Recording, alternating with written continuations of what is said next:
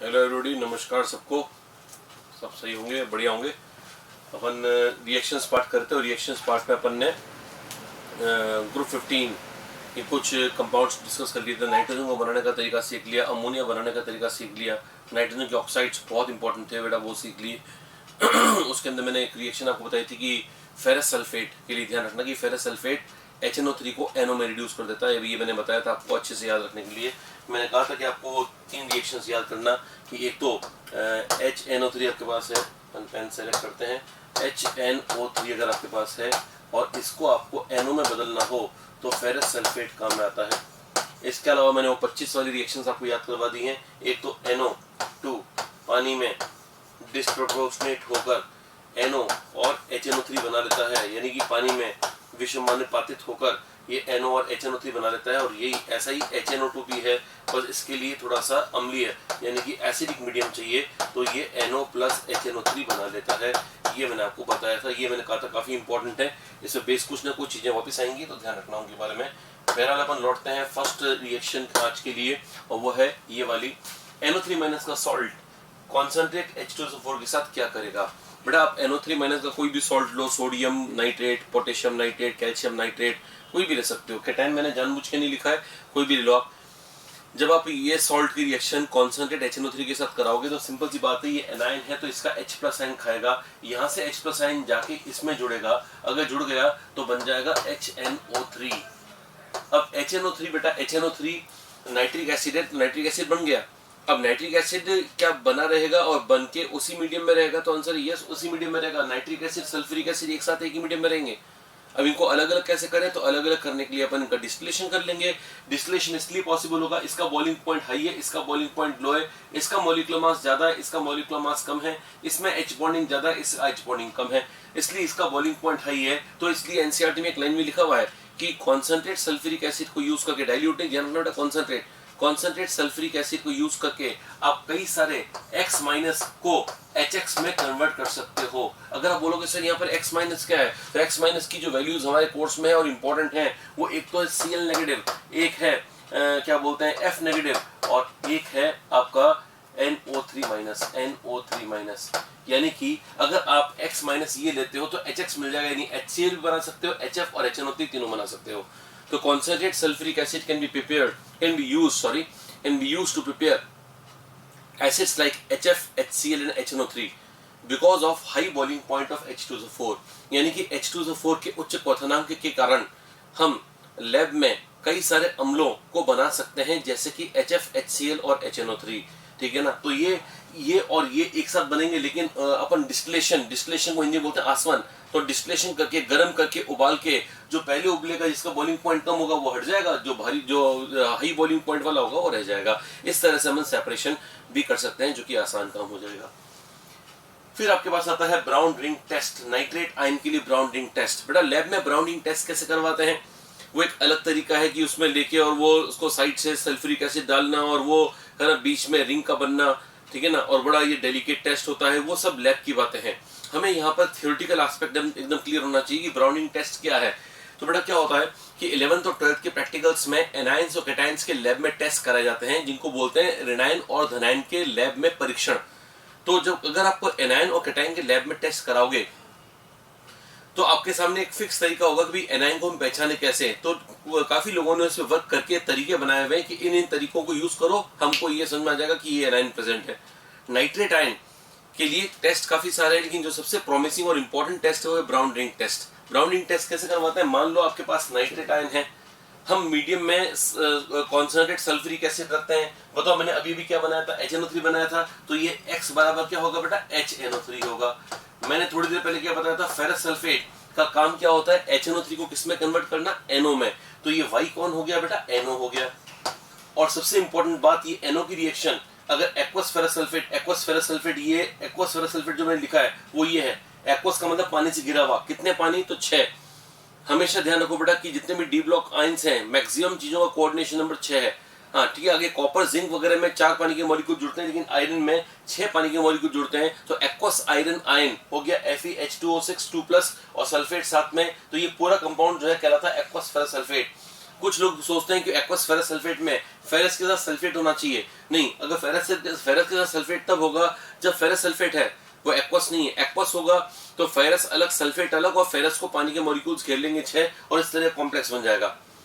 जब ये वाला कॉम्प्लेक्स इस NO के साथ रिएक्शन करेगा तो देखो क्या बनता है, ये बनता है FeH2O5 NOSO4। कुछ यूं मान लो कि इस NO ने एक पानी के मॉलिक्यूल को लात मार के बाहर निकाल दिया और रह गए 5 पानी के मॉलिक्यूल और एक NO यहाँ पर रह गया और ये SO4 है। इस कंपाउंड को हम बोलते हैं ये ब्राउन रिंग कॉम्प्लेक्स।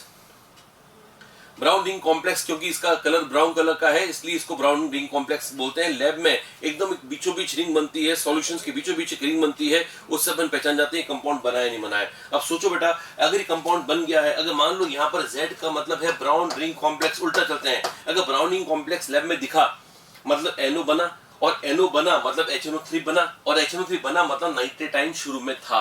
अब थोड़ा सोचो बेटा, नाइट्रेटाइन होगा तभी तो नहीं रिएक्शन होगी।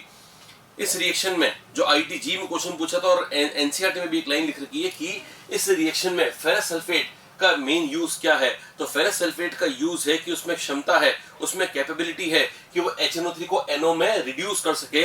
यानी फेरस सल्फेट का मुख्य उपयोग लिख देना, हिंदी वाले भी इंग्लिश वाले भी दोनों लिख देना, the main use of ferrous sulphate is to reduce HNO3 into NO in the brown ring test, है ना। तो क्या लिखोगे, हिंदी में ही लिखना कि फेरस सल्फेट का ब्राउन रिंग टेस्ट में मुख्य उपयोग यह है कि इसमें क्षमता है कि HNO3 को NO में अपचित कर सके, ठीक है ना। तो ये HNO3 को NO में अपचित कर देता है, जैसे ही NO बनता है वैसे ही वो एक्वस फेरस सल्फेट के साथ ब्राउन रिंग कॉम्प्लेक्स बना लेता है। अब ये रिएक्शन इतनी इंपॉर्टेंट है कि हो सकता है सिर्फ इतना ही पूछने की बताओ ब्राउन रिंग टेस्ट इनमें से कौन सा आयन देगा, ठीक है ना। तो अलग अलग देख, कार्बोनेट, सल्फेट, नाइट्रेट, ऑल, तो ऐसे में पहचान जाना आप नाइट्रेट देगा। हो सकता है ये क्वेश्चन आ जाए कि ब्राउन रिंग टेस्ट में बनने वाली ब्राउन रिंग का फॉर्मूला क्या होता है, जो ब्राउन रिंग कॉम्प्लेक्स उसका फॉर्मूला क्या होता है। ये तो बहुत ज्यादा है ना इंपॉर्टेंट क्वेश्चन है मेडिकल पॉइंट ऑफ व्यू से, तो वो फिर फॉर्मूला में ध्यान रखना, आयरन पानी के 6 में से 1 हट चुका है क्योंकि NO ने उसको हटा दिया है, तो पानी के 5 छठा NO और बाहर सल्फेट तो ही है। तो इस तरह से उसको ब्राउन रिंग कॉम्प्लेक्स को भी याद कर सकते हो। तो अगर लैब में ब्राउन रिंग बनती है इसका मतलब शुरू में नाइट्रेट आयन था, ठीक है ना। चलो नेक्स्ट आता है oxidising behaviour of HNO3। Oxidising behaviour of HNO3 start करें, उसके पहले थोड़ा सा ब्रेक लेंगे, कुछ मुसीबत हो रही है। चलिए, लगता है प्रॉब्लम सॉल्व हो गई है और आगे पॉइंट पे पढ़ते हैं अपन।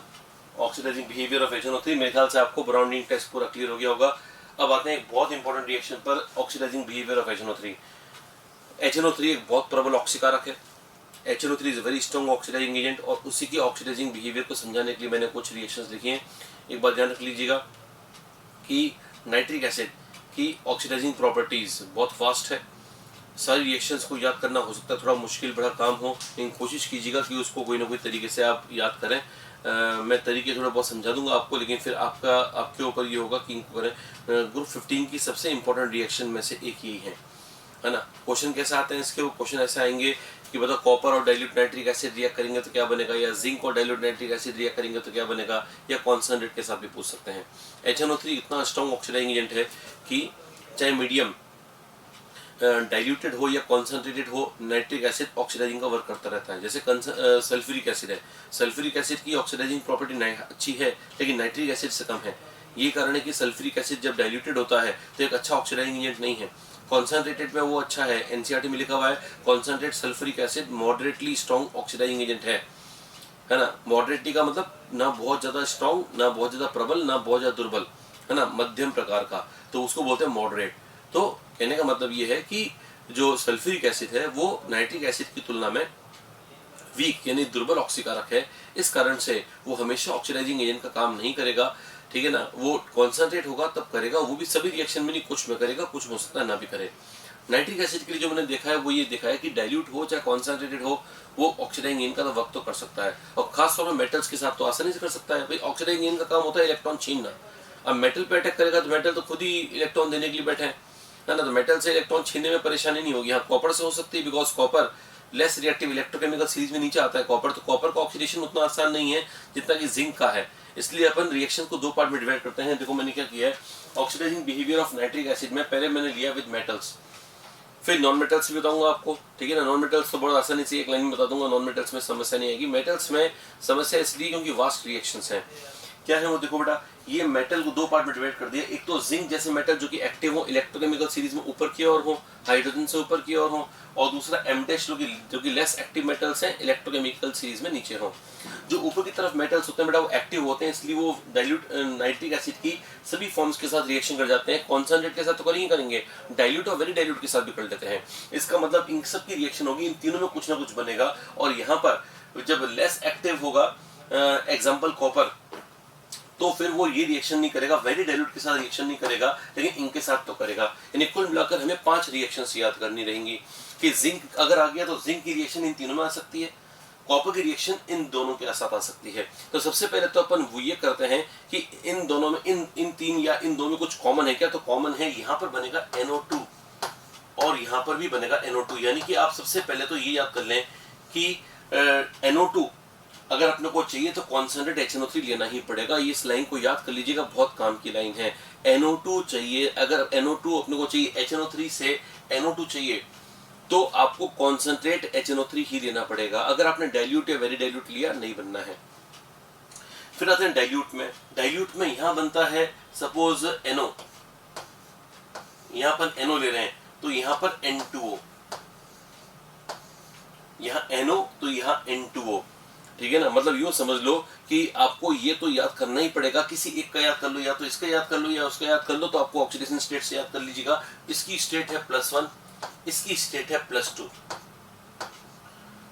सही ना। इसकी स्टेट है +1, इसकी स्टेट है +2, यानी ऊपर वाले में 1, नीचे वाले में 2। और इसको 1 नंबर दे दो, तो जो ऊपर वाला मेटल था 1 नंबर पे मेटल था, उसमें तो बना था 1 और 2 वाले में बना था 2। ये एक सिंपल तरीके हैं करने के। वैसे तो अगर आपको यूं चाहिए मेथड चाहिए तो मेथड भी बता दूंगा मैं भी आपको, लेकिन पहले तो अपने को वो प्रिपेयर करना चाहिए जिससे अपने को आसानी से हो जाए। ये दो तो फिनिश हो गए, यहाँ पर एक और बचा है, तो यहाँ पर बनता है NH3, लेकिन NH3 से भी ज्यादा अच्छा आंसर है NH4 प्लस NO3-, जिसको अमोनियम नाइट्रेट भी कह सकते हैं। ये मैं 2 क्यों लिख रहा हूँ मैं बता दूंगा अभी आपको, लेकिन ये दोनों है ना, में से कोई भी आप लिखो कोई समस्या नहीं, लेकिन ये ज्यादा बेटर आंसर है। अब इसके ऑक्सीडेशन स्टेट चेक करें तो यहाँ आ रही है -3, यहाँ आ रही है +1 और यहाँ आ रहा है +4। क्या सिमेट्री आ रही है, यहाँ से यहाँ पर ऑक्सीडेशन स्टेट घट रही है या बढ़ रही है, तो आंसर है बढ़ रही है। ये तो मिनिमम ऑक्सीडेशन स्टेट है, ये मैक्सिमम है।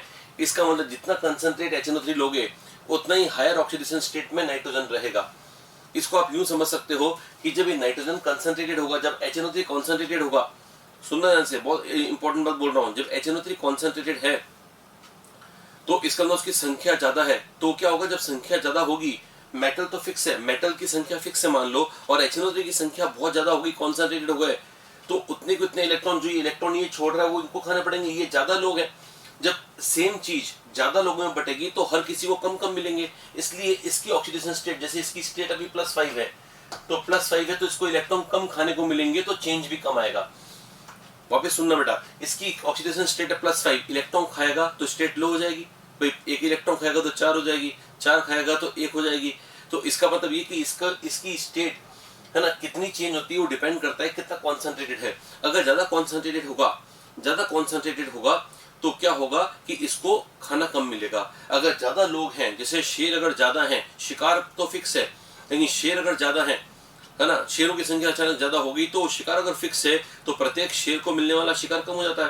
भाई सिंपल सी बात है, एक रूल याद कर लो, with the increase in number of share in the jungle the शिकार पर यूनिट शेर विल डिक्रीज, ठीक है ना। यानी जंगल में शेरों की संख्या बढ़ने के साथ साथ प्रति इकाई शेर को मिलने वाला शिकार कम हो जाएगा। इस बात को 2-3 बार सुने ना, समझ में आ जाएगा आपको। और अगर सिंपल टेक्निकल शब्दों में सुनना चाहते हो तो ये है कि नाइट्रिक एसिड की कॉन्सेंट्रेशन बढ़ने के साथ साथ उसके द्वारा एक्सेप्ट किए गए इलेक्ट्रॉन की संख्या कम हो जाएगी, इसलिए कॉन्सेंट्रेट HNO3 वाले केस में जो प्रोडक्ट बनेगा उसकी ऑक्सीडेशन स्टेट हाईएस्ट होगी, और जो डाइल्यूट वाला बनेगा, डाइल्यूट रिएक्शन करने पर जो बनेगा उसकी ऑक्सीडेशन स्टेट मिनिमम होगी। ऐसे आप कर सकते हैं। तो यहाँ से यहाँ पर आप देख रहे हैं कि इंक्रीजिंग ट्रेंड आ रहा है ऑक्सीडेशन स्टेट का, वैसे याद कर सकते हैं। अगर आप बोलोगे सर इसको ये ट्रिक से क्यों याद करना पड़ता है, कि और कोई मेथड नहीं है, बड़ा मेथड इसके लिए डायरेक्टली नहीं, क्योंकि ये सारे के सारे जो पोटेंशियल्स होते हैं ना, जो इलेक्ट्रोड पोटेंशियल्स होते हैं, उनका गेम है ये। तो अपने को ये इतना ऐसा नहीं कि एग्जैक्टली हम प्रोडक्ट बता पाते हैं। मैंने भी पहले प्रोडक्ट देखता हूँ, उसके बाद अंदाजा लगाता हूँ कि ये क्यों बना होगा और उसको कैसे अपन स्ट्रीमलाइन करके याद कर सकते हैं। तो यहाँ पर भी देखो ये फॉलो हो रहा है, यहाँ पे +2 है और यहाँ पर भी +4 है। तो जो रूल मैंने ऊपर बताया था शेर शिकार का, और शेर शिकार का गेम यहाँ पर भी बन रहा है ऐसे के ऐसे। तो यानी कि आप ऐसे याद कर लें कि जितनी ज्यादा कंसंट्रेशन होगी उतना ही ज्यादा ऑक्सीडेशन स्टेट वाला प्रोडक्ट बनेगा, जितनी कंसंट्रेशन ज्यादा होगी उतनी ही ज्यादा ऑक्सीडेशन स्टेट वाला प्रोडक्ट बनेगा, ऐसा आप याद कर सकते हैं। अगर आप बोलोगे सर आपने यहाँ अमोनियम नाइट्रेट क्यों लिखा, तो बेटा अमोनिया अगर बनता है तो अमोनिया बेस है और ये एसिड है, और हमने कहा था एसिड और बेस आपस में रिएक्ट करते हैं क्योंकि एसिड को बेस पसंद है। तो अगर एसिड और बेस आपस में रिएक्ट करेंगे तो बनेगा सॉल्ट, और HNO3 की रिएक्शन अगर अमोनिया से हो जाए तो बनने वाला सॉल्ट जो होगा वो होगा अमोनियम नाइट्रेट, NH4 + NO3-, ये है अमोनियम नाइट्रेट। तो अमोनियम नाइट्रेट तब बनेगा जब नाइट्रिक एसिड की रिएक्शन अमोनिया के साथ हो जाएगी, एसिड की रिएक्शन बेस के साथ होगी तो बनेगा सॉल्ट। तो एसिड बेस की रिएक्शन सॉल्ट बनेगा, इसलिए ऐसा चल रहा है। आगे देख सकते हैं हम नेक्स्ट वन। इंपॉर्टेंट पॉइंट देखो क्या है। इंपॉर्टेंट पॉइंट पहला है metal nitrate is formed as by product. देखो बेटा इन सब रिएक्शंस के अंदर मैंने क्या बनाया, मेटल का कुछ दिख रहा है क्या आपको, मेटल का कुछ नहीं दिख रहा है, इससे क्या बना वो दिख रहा है, क्योंकि वही इंपॉर्टेंट है। मेटल का कोई नहीं पूछेगा बेटा कि मेटल का क्या हुआ, मेटल का हर कोई जानता है, मेटल से इलेक्ट्रॉन जाएगा तो मेटल का कैटायन बनेगा, धनायन बनेगा मेटल का। तो मेटल का तो हमेशा ऑक्सीकरण होना है, हमेशा उसका कैटायन बनना है। Metal will always be oxidised, metal will be forming a cation and the cation will be looking for some anion, यानी कि जब कैटायन धनायन बन जाएगा तो वो किसी ऋणायन को ढूंढेगा, और ऋणायन तो यहाँ पर दिख रहा है बेटा NO3-। तो ये जो मेटल होगा उसकी जो भी स्टेट है, जैसे जिंक है तो जिंक की +2 होती है, तो जिंक +2 में आने के बाद नाइट्रेट के साथ में जिंक नाइट्रेट बना देगा, वो बाई प्रोडक्ट है। अगर आप बोलोगे नहीं सर जिंक नहीं हुआ कोई और हुआ तो उसका नाइट्रेट बना दो, तो जो मेटल है उसका नाइट्रेट बनेगा बाई प्रोडक्ट की तरह। तो मेटल का क्या बनेगा वो कोई नहीं पूछेगा, लेकिन पूछता है तो आपके लिए आसान है कि मेटल का मेटल नाइट्रेट बनेगा। वही मैंने पहले पॉइंट पर लिख दिया है ताकि आपको कंफ्यूजन नहीं हो। Metal nitrate is formed as by product. Metal nitrate का क्या प्रेसिपिटेट बनेगा या सॉल्यूशन, तो मैंने आपको सॉल्युबिलिटी में करवा चुका हूं। सारे नाइट्रेट जल विलय होते हैं, all nitrates are water soluble. जब वाटर सॉल्युबल है तो सॉल्यूशन बनेगा, प्रेसिपिटेट नहीं बनाएगा। बेकार आलू फेंका करो, क्या बेकार आलू फेंका करो बताया हुआ है मैंने। बेकार आलू फेंका करो नाइट्रिक एसिड के साथ प्रोटेक्टिव लेयर यानी रक्षक परत बना लेते हैं, तो वही मैंने यहाँ पे लिखा प्रोटेक्टिव लेयर, हिंदी वाले रक्षक परत लिख देना।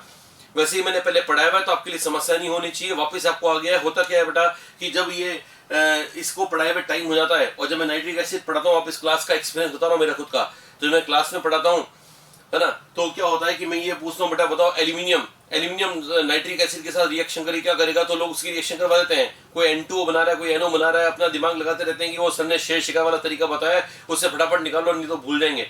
उस चक्कर में वो गलत बता देते हैं।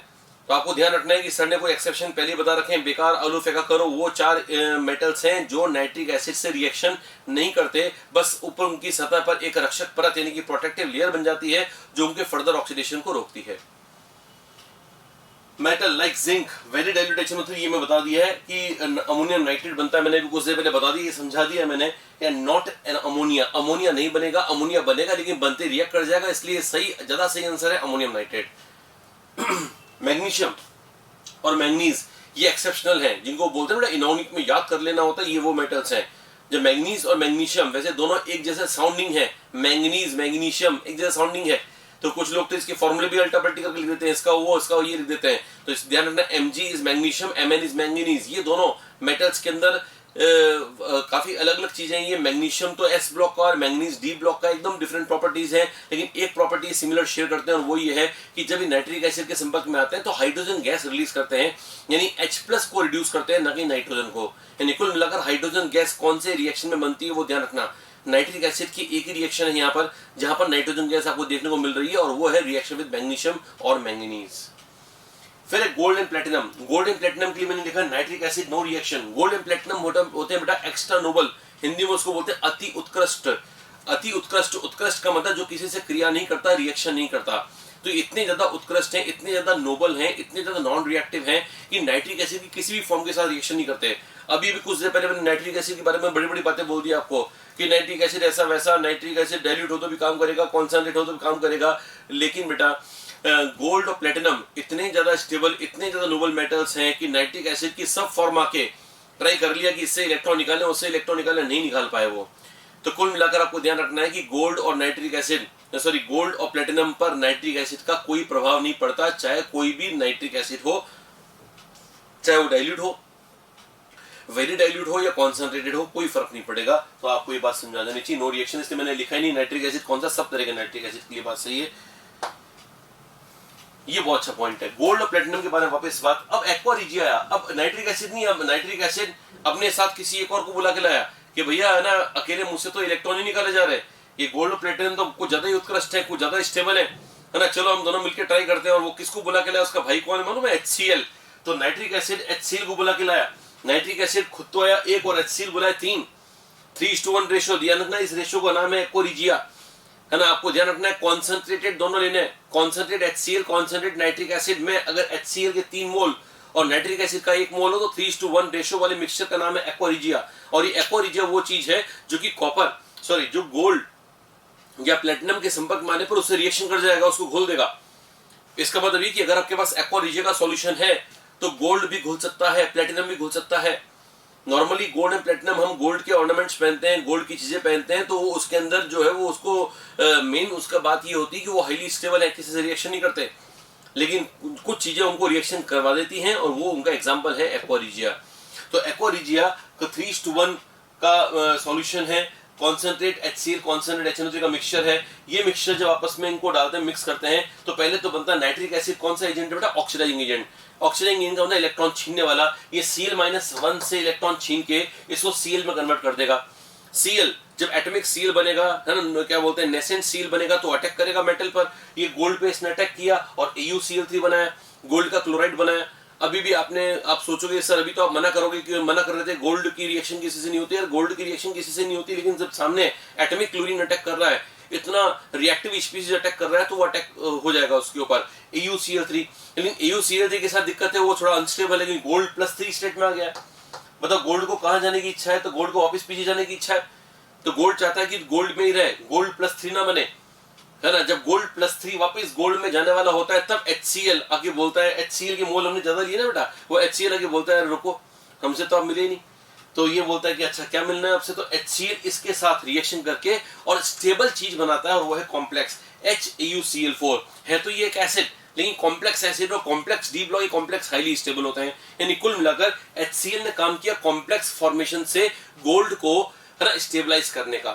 तो HCl का जो इफेक्ट है वो क्या है, HCl का इफेक्ट है ये स्टेबलाइजर की तरह काम कर रहा है, एक कॉम्प्लेक्सिंग एजेंट की तरह काम कर रहा है, जिसको हिंदी में कहते हैं संकुली कारक। ये हिंदी में इसको बोलते हैं संकुल, संकुल का बनना संकुलीकरण हुआ, तो इसका मतलब हुआ ये रिएक्शन में संकुल यानी कॉम्प्लेक्स बनने के कारण स्टेबिलिटी बढ़ गई। तो कुल मिलाकर आपको क्या ध्यान रखना है कि नाइट्रिक एसिड और HCl दोनों का अपना अपना रोल है। HCl का रोल जो है यहाँ पर वो है कॉम्प्लेक्सिंग एजेंट, हिंदी वाले लिख देना संकुलीकारक, कॉम्प्लेक्सिंग एजेंट, ठीक है ना। नाइट्रिक एसिड तो सिंपल ऑक्सीडाइजिंग एजेंट है, लेकिन ये अकेला ऑक्सीडाइजेशन नहीं कर सकता था, अकेला ऑक्सीडेशन गोल्ड प्लेटिनम का नहीं कर पा रहा था, तो ये HCl को बुला के लाया। HCl को बुला के लाया कि देख मैं तेरे में से नेसेंट क्लोरीन निकलवाऊंगा, तो नेसेंट क्लोरीन बन के गोल्ड पे अटैक करना। जब गोल्ड पे तो अटैक कर देगा तो गोल्ड थोड़ा पीड़ित हो जाएगा, +3 स्टेट में AuCl3 बना लेगा, तो हाथों तो उसको स्टेबलाइज कर देना, HCl अटैक हो जाएगा तो स्टेबलाइज कर देना, संकुल बना के यानी कॉम्प्लेक्स बनाकर ये काम खत्म हो गया। अब आपको ये ध्यान रखना है कि गोल्ड का कोऑर्डिनेशन नंबर 4 है, गोल्ड के पास तो 4 क्लोरीन चिपके, लेकिन प्लेटिनम के पास 6 क्लोरीन चिपकेंगे। बस ये ध्यान रखना कि कोऑर्डिनेशन नंबर अलग अलग, ये कोऑर्डिनेशन के टॉपिक में पढ़ाऊंगा मैं आपको। अभी अगर एडवांस में याद हो जाए तो अच्छी बात है कि हाँ भाई गोल्ड के लिए सर ने कहा कि इसमें 4 Cl जुड़ेंगे, लेकिन प्लेटिनम के साथ में 6 Cl जुड़ेंगे। तो देखो पहले Pt से Cl, जब गोल्ड की जगह प्लेटिनम होता तो अटैक करके PtCl4, क्योंकि इसकी स्टेट जो है वो +4 ज्यादा कॉमन है, PtCl4 पर HCl के 2 मॉलिक्यूल अटैक कराने पड़ेंगे, क्योंकि हमारे को Cl 6 चाहिए, तो 4 तो ही है, 2 और बन गए तो बाहर H2 आ जाएगा। इसका नाम है क्लोरोप्लेटिनिक एसिड, इसका नाम है क्लोरऑरिक एसिड। इसका मतलब ये हो गया कि क्लोरप्लेटिनिक और क्लोरऑरिक एसिड बनने के कारण गोल्ड और प्लेटिनम घुल जाते हैं। यानी कुल मिलाकर हमें क्या ध्यान रखना है, एक्वा रिजिया ने गोल्ड और प्लेटिनम में से किसके साथ रिएक्शन करी, तो आंसर दोनों के साथ। किसको घोला, तो आंसर दोनों घोला। गोल्ड को घोल के क्या बनाया, तो क्लोरऑरिक एसिड बनाया। क्लोरऑरिक एसिड का फॉर्मूला क्या है, HAuCl4। प्लेटिनम को घोल के क्या बनाया, तो क्लोरोप्लेटिनिक एसिड बनाया, उसका फॉर्मूला क्या है, तो H2PtCl6।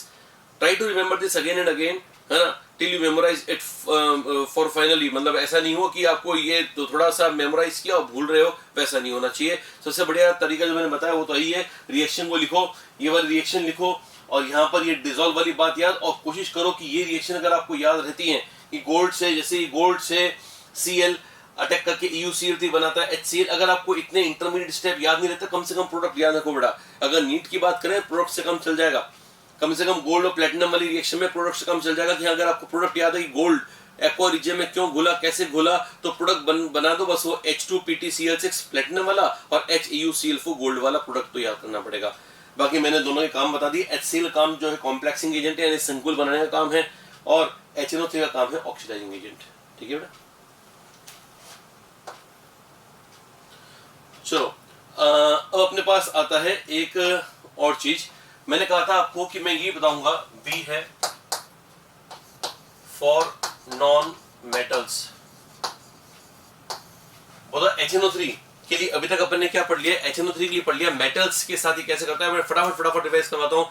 HNO3 का मेटल्स के साथ हमने ये पढ़ लिया कि वो दो तरह के मेटल्स के साथ रिएक्शन करेगा, एक तो more reactive, less reactive. More reactive example है जिंक, लेस रिएक्टिव का एग्जांपल है कॉपर।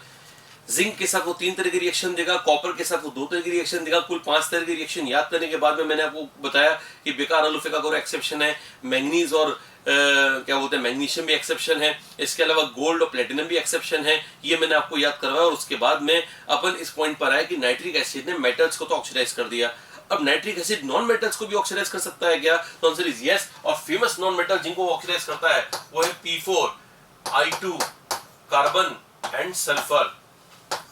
बड़े ये क्या दिख रहा है आपको, नॉन मेटल एलिमेंट्स हैं, कंपाउंड्स हैं, है ना, ये तत्व हैं या यौगिक हैं? तो मैं जानता हूं काफी सारे लोग इसको बोलते हैं ये यौगिक है, ये यौगिक है, ये तत्व है, ये यौगिक है। ये गलत है बेटा, ये सारे तत्व हैं। यौगिक यानी कि कंपाउंड वो चीज होती है जो कि दो अलग अलग चीजों से बनी हो। जैसे CO है वो कंपाउंड है, लेकिन O2 है वो एलिमेंटल फॉर्म है। ठीक है ना, O2 इज एन एलिमेंट। अगर CO है तो कंपाउंड है, तो ये सारे के सारे नॉन मेटल एलिमेंट्स हैं। नॉन मेटल एलिमेंट्स हैं तो इनको ऑक्सीडाइज करना उतना आसान नहीं है, क्योंकि मेटल्स को तो ठीक है इलेक्ट्रॉन वो चाहते ही देना, लेकिन नॉन मेटल्स इतना आसानी से इलेक्ट्रॉन नहीं देंगे, लेकिन सामने नाइट्रिक एसिड है आराम से देंगे। तो अगर इनके साथ में अगर HNO3 की रिएक्शन करवा दें, इसकी या फिर इसकी रिएक्शन करवा दें, तो एक बात ध्यान रखना कि सर ने एक लाइन याद करवाई थी, ट्रिक है कि नॉन मेटल को नाइट्रिक अम्ल एक अम्लों में बदल देता है। वापस रिपीट कर रहा हूं, नॉन मेटल्स को नाइट्रिक एसिड एक एसिड्स में कन्वर्ट कर देता है। इंग्लिश वाले सुन लीजिएगा, nitric acid can convert non metals into their corresponding इक एसिड्स। यानी इसका इक एसिड, फास्फोरस का एक फास्फोरिक, आयोडीन का एक आयोडिक, कार्बन का एक कार्बोनिक, सल्फर का एक सल्फ्यूरिक। अब आपको आ जाएगा। अगर आपको फास्फोरिक एसिड नहीं आता बेटा तो समस्या वाली बात है, मैं पहले पढ़ा चुका हूं, आना चाहिए। तो फास्फोरिक एसिड है H3PO4 HiO3। कुछ लोग बोलते नहीं सर HiO4 होगा ना, HiO4 तो पर आयोडिक एसिड होगा जो लास्ट वाला होता है। जैसे HClO4 में जो लास्ट वाला है वो तो पर क्लोरिक एसिड होता है ना बेटा। तो अपने को तो सिर्फ पर नहीं लगाना, अपनी मर्जी से पर नहीं लगाना है, ठीक है ना, जो है वही बताना है। जब मैंने कहा कि सारे नॉन मेटल्स को उसके एक एसिड में कन्वर्ट करो तो अपने आप ही पर मत लगा दो, ठीक है ना, उसको एक में कन्वर्ट करो। तो आयोडीन का आयोडिक, कार्बन का कार्बोनिक H2CO3, ये अनस्टेबल होने के कारण CO2 भी लिख सकते हो इसको, और सल्फर का सल्फ्यूरिक एसिड H2SO4। ठीक है ना। तो कुल मिलाकर आपको एक लाइन ध्यान रखनी है, सर ने बहुत बढ़िया बता दिया है कि नाइट्रिक एसिड नॉन मेटल्स को उनके एक एसिड में कन्वर्ट कर देता है। और इसी तरह से सी रिएक्शन है फ्यू कंपाउंड्स, कुछ कंपाउंड्स की या आयंस की, और आयंस जैसे कि फेरस है तो फेरस को HNO3 बदल देगा फेरिक में Fe3+ में, Sn2+ है तो इसको बदल देगा Sn4+ के अंदर, ठीक है ना। और जो मेरे को सबसे इंपॉर्टेंट लगता है वो है H2S। H2S को नाइट्रिक एसिड बदल देगा सल्फर के येलो प्रेसिपिटेट लाइक सिस्टम के अंदर, ठीक है ना। तो ये सबसे इंपॉर्टेंट लगता है मेरे को, ये हर जगह आएगा बेटा। H2S को जो मैंने सबसे पहली बार पढ़ा था तो मेरे को लगा था H2S तो SO2 बनाएगा, SO3 बनाएगा, पता नहीं क्या क्या बनाएगा, लेकिन सही बात तो है कि H2S को ऑक्सीडाइज करते ही उसका सल्फर का जो PPT बनता है वो निकल के बाहर आता है, तो उसका और ऑक्सीडेशन शायद इस कारण से नहीं हो पाता होगा। तो आपको सल्फर बनाना है, H2S से SO2 SO3 मत बना देना, सल्फर बनाना है अगर नाइट्रिक एसिड से वो ऑक्सीडाइज हुआ है तो। हालांकि ये रिएक्शन इतनी कॉमन सी है कि नाइट्रिक एसिड के अलावा यदि ऑक्सीडाइजिंग एजेंट KMnO4 हो, सुनना मैं बता देता हूँ यहाँ पर, KMnO4 लिख देता हूँ, KMnO4 या K2Cr2O7 या ओजोन या H2O2 या HNO3 जो कि मैंने बता ही दिया अभी, इनमें से कोई भी हो तो वो H2S को S में कन्वर्ट करेगा। तो मैंने यहाँ पर आपको याद करवाने के लिए लिख दिया है। ये सारे बड़ा बारी बारी से अपने टॉपिक में अलग अलग चैप्टर में आएंगे। अगर आपको अभी से उनको याद करना है तो ऐसे याद कर लीजिएगा कि सर ने कहा है कि H2S को सल्फर में ऑक्सीडाइज कर दिया जाता है सारे इंपॉर्टेंट ऑक्सीडाइजिंग एजेंट के द्वारा, यानी जितने भी प्रबल ऑक्सीकारक हैं वो H2S को सल्फर में, है ना, अपचित नहीं सॉरी ऑक्सीगत कर देते हैं, है ना, ऑक्सीडाइज कर देते हैं, सल्फर तक ऑक्सीडाइज करेंगे, उसके आगे नहीं बढ़ना है, ध्यान रख लीजिएगा ये। चलो तो अपना अब जो मकसद था मेनली वो ये था कि हम ये पढ़ें कि ऑक्सीडाइजिंग बिहेवियर ऑफ HNO3 क्या है।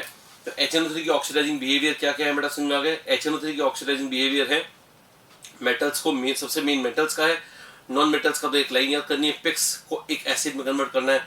अगर आप बोलोगे अभी सर पिक्स क्या आ गया, बड़ा पिक्स है ना बेटा, ये देखो, अच्छा पिक्स,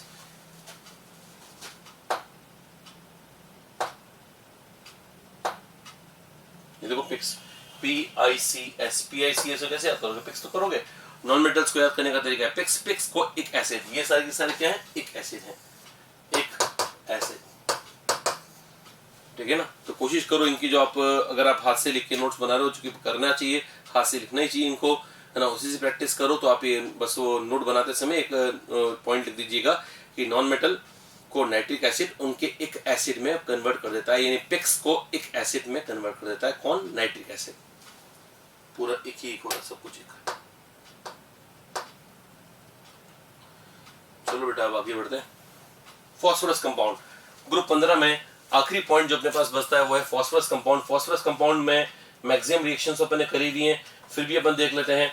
यहाँ देखो बेटा फॉस्फोरस, ये फॉस्फोरस व्हाइट फॉस्फोरस है तो इससे P4 लिखा हुआ है। व्हाइट फॉस्फोरस सिर्फ ऑक्सीजन से रिएक्शन करेगा तो बनेगा P4O10, और अगर नाइट्रोजन की उपस्थिति में रिएक्शन करेगा, नाइट्रोजन की उपस्थिति इसको उत्कृष्ट वातावरण बनाएगी, क्योंकि नाइट्रोजन की उपस्थिति में वातावरण अक्रिय यानी इनर्ट होने लगता है।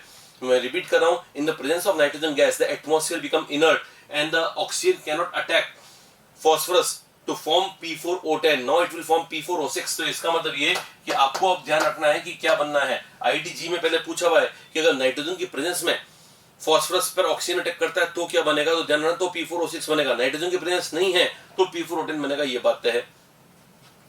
P4Cl2 लिमिटेड, यहां तो बेटा लिमिटेड दे रखा है तो PCl3 बना दो, एक्सेस दे रखा है तो PCl5 बना दो। सिंपल सी बात है, क्लोरीन ऑक्सीडाइजिंग एजेंट है, फॉस्फोरस को ऑक्सीडाइज करेगा तो +3 तक करेगा। जब थोड़ा वीकली ऑक्सीडाइज होगा, जो क्लोरीन लिमिटेड होंगे, एक्सेस में होंगे, ज्यादा कर देगा, +5 हो जाएगा। P4NaOH, ये जो मैंने वेरी वेरी इंपॉर्टेंट मार्क किया है बेटा, वो P4 + NaOH के लिए किया है मैंने। P4 + NaOH को आपको पहले भी याद करवाया था, मैंने कहा था फॉस्फोरस NaOH के प्रेजेंस में डिस्प्रोपोर्शनेट यानी विषमानुपातित होकर 31 बना लेता है। 31 में से PH3 बनेगा और H3PO2 बनेगा। H3PO2 NaOH के साथ में रिएक्शन कर जाएगा, क्योंकि एसिड बेस रिएक्शन होगी, तो इसको हटा के अपन इसका सॉल्ट लिख देते हैं फाइनली, और वो सॉल्ट है NaH2PO2, NaH2PO2। तो PH3 और NaH2PO2 का मिक्सचर मिलेगा P4 की रिएक्शन NaOH के साथ होने पर। तो फॉस्फोरस की रिएक्शन एल्कली के हाइड्रोक्साइड यानी NaOH के साथ होने पर आपको इसका पेयर मिल जाएगा। देखो PH3 + NaH2PO2, PH3 है फॉस्फीन गैस और NaH2PO2 है सोडियम हाइपोफॉस्फाइड। उसके बाद में आते हैं P4 की रिएक्शन SOCl2 और SO2Cl2। इसमें बस इतना ध्यान रखना है, अगर ऑक्सीजन ज्यादा है तो इसका ऑक्सीडेशन ज्यादा होगा और इसलिए PCl5 बनेगा। ऑक्सीजन कम है, ऑक्सीडेशन स्टेट कम है, तो इसका ऑक्सीडेशन होगा लेकिन कम, PCl3 बनेगा। ये भी IIT में पूछा हुआ है लेकिन NCERT में भी दे रखा है, तो ध्यान रख लीजिएगा। P4 से PCl3 बनाना है तो SOCl2 लो, O कम वाला कंपाउंड लो, ज्यादा वाला लोगे तो ज्यादा ऑक्सीडेशन होगा, PCl5 बन जाएगा। ये दोनों मैंने आपको याद करवाया था। H3PO2 और H3PO3 का हीटिंग इफेक्ट से सेम प्रोडक्ट बनते हैं, जिसको मिन मैक्स से याद करते हैं। मिन मैक्स, मिन मतलब फॉस्फोरस की मिनिमम ऑक्सीडेशन स्टेट -3 होती है, तो यहाँ PH3 बन जाएगा, यहाँ भी PH3 बन जाएगा, ये तो हो गया मिन, और मैक्स है H3PO4, ये H3PO4 बन गया यहाँ पर, और यहाँ पर भी बन गया है H3PO4।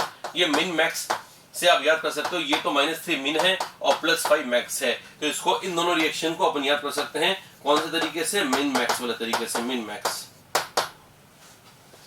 ठीक है बेटा, बढ़िया चल रहा होगा, बढ़िया याद हो रहा होगा बेटा, सारी की सारी रिएक्शन एकदम बढ़िया याद हो जानी चाहिए, कोई समस्या नहीं आनी चाहिए।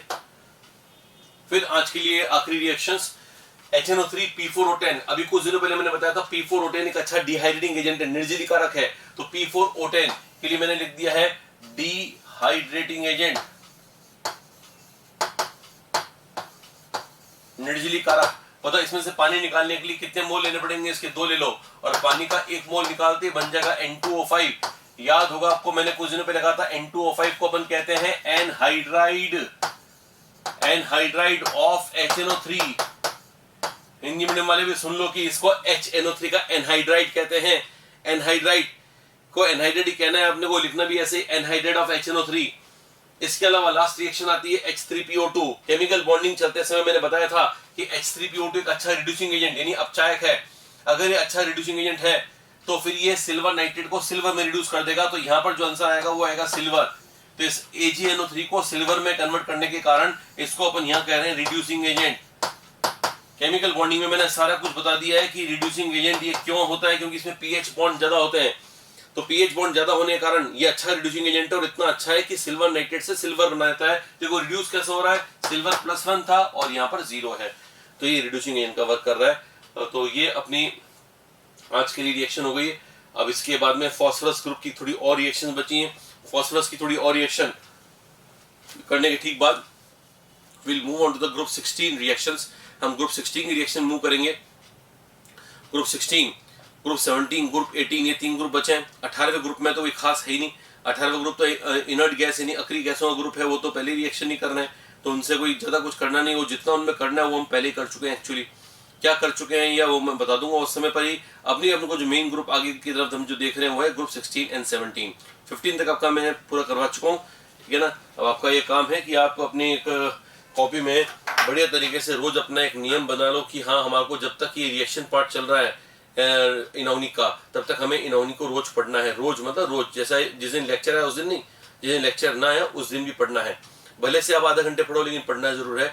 गैप आते ही है ना आपको उसका असर ठीक उसी दिन दिखाई देने लगेगा। जैसे थोड़ा 2 दिन का गैप होगा उसी दिन आपको लगेगा रिएक्शन भूल रहे हैं। फिर क्या होगा कि आपको लगेगा कि अच्छा रिएक्शन भूल रहे हैं, हम तो काफी स्मार्ट है, अगर हम भूल रहे हैं मतलब हमारे को अच्छी तरह पढ़ाया नहीं गया है, ठीक है ना। तो बात मेरे पर आएगी और वो मैं चाहता नहीं हूँ, इसलिए बता रहा हूँ कि ऐसा नहीं करना है, रोज पढ़ाई करनी है। धन्यवाद। कल आपको आपसे वापस मुलाकात होगी। समय चेंज होगा लेकिन मुलाकात वापस होगी। धन्यवाद। Good evening to all the students and अपन डिस्कस कर रहे थे रिएक्शंस ऑफ पी ब्लॉक की रिएक्शंस अपन डिस्कस कर रहे हैं, तो उसमें अपन आगे बढ़ते हैं।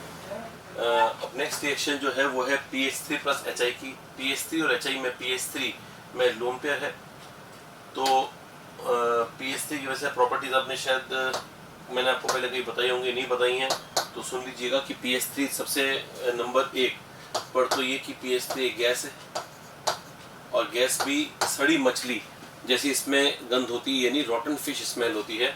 तो रॉटन फिश स्मेल है यानी सड़ी मछली जैसी गंध होती है इसमें, रॉटन फिश स्मेल है इसमें। तीसरा ये पॉइजनस है बेटा, पॉइजनस गैस होती है बहुत ज्यादा ये, ठीक है ना। उसके अलावा PH3 का बॉन्ड वीक होने के कारण इस पर लाइट पड़ते ही ये टूट जाती है और इससे फास्फोरस बनने लगता है, क्योंकि पीएच बॉन्ड टूट जाएगा तो अकेला पी रह जाएगा, वो पी दूसरे पी एटम्स के साथ में जुड़ के लंबी चेन बना सकता है जिसको रेड फास्फोरस कहते हैं। तो ये वाली रिएक्शन मैंने लिखवाई है। PH3 पर जब लाइट पड़ेगी तो इसका पीएच बॉन्ड टूटेगा, सारे H हाइड्रोजन अलग हो जाएंगे और P फास्फोरस एटम अलग हो जाएगा। वो एटम जुड़ के आपस में लंबी चेन्स बना के और फास्फोरस का रेड फास्फोरस का एलोट्रोप डेवलप करते हैं। तो ये रेड फास्फोरस लाल फास्फोरस इससे बन जाता है, ठीक है ना। PH3 की एक प्रॉपर्टी है कि ये लुईस बेस है,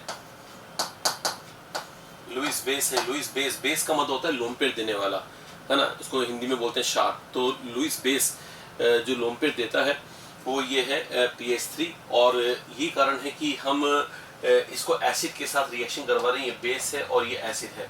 अगर आप बोलोगे सर ये बेस और एसिड की रिएक्शन से क्या बनने वाला है, थोड़ा आप सब जानते हैं बेस और एसिड से बनता है सॉल्ट।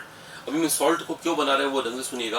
होता क्या है बेटा, PH3 में ढंग से सुना, PH3 खुद अगर गैस देखें PH3 तो खुद इनफ्लेमेबल नहीं होती, यानी उसमें जनरली आग नहीं लगती है ना, जिसको हिंदी में ज्वलनशील कहते हैं। तो वो ऐसी गैस नहीं होती कि उसमें आग लग जाए, इनफ्लेमेबल गैस नहीं है।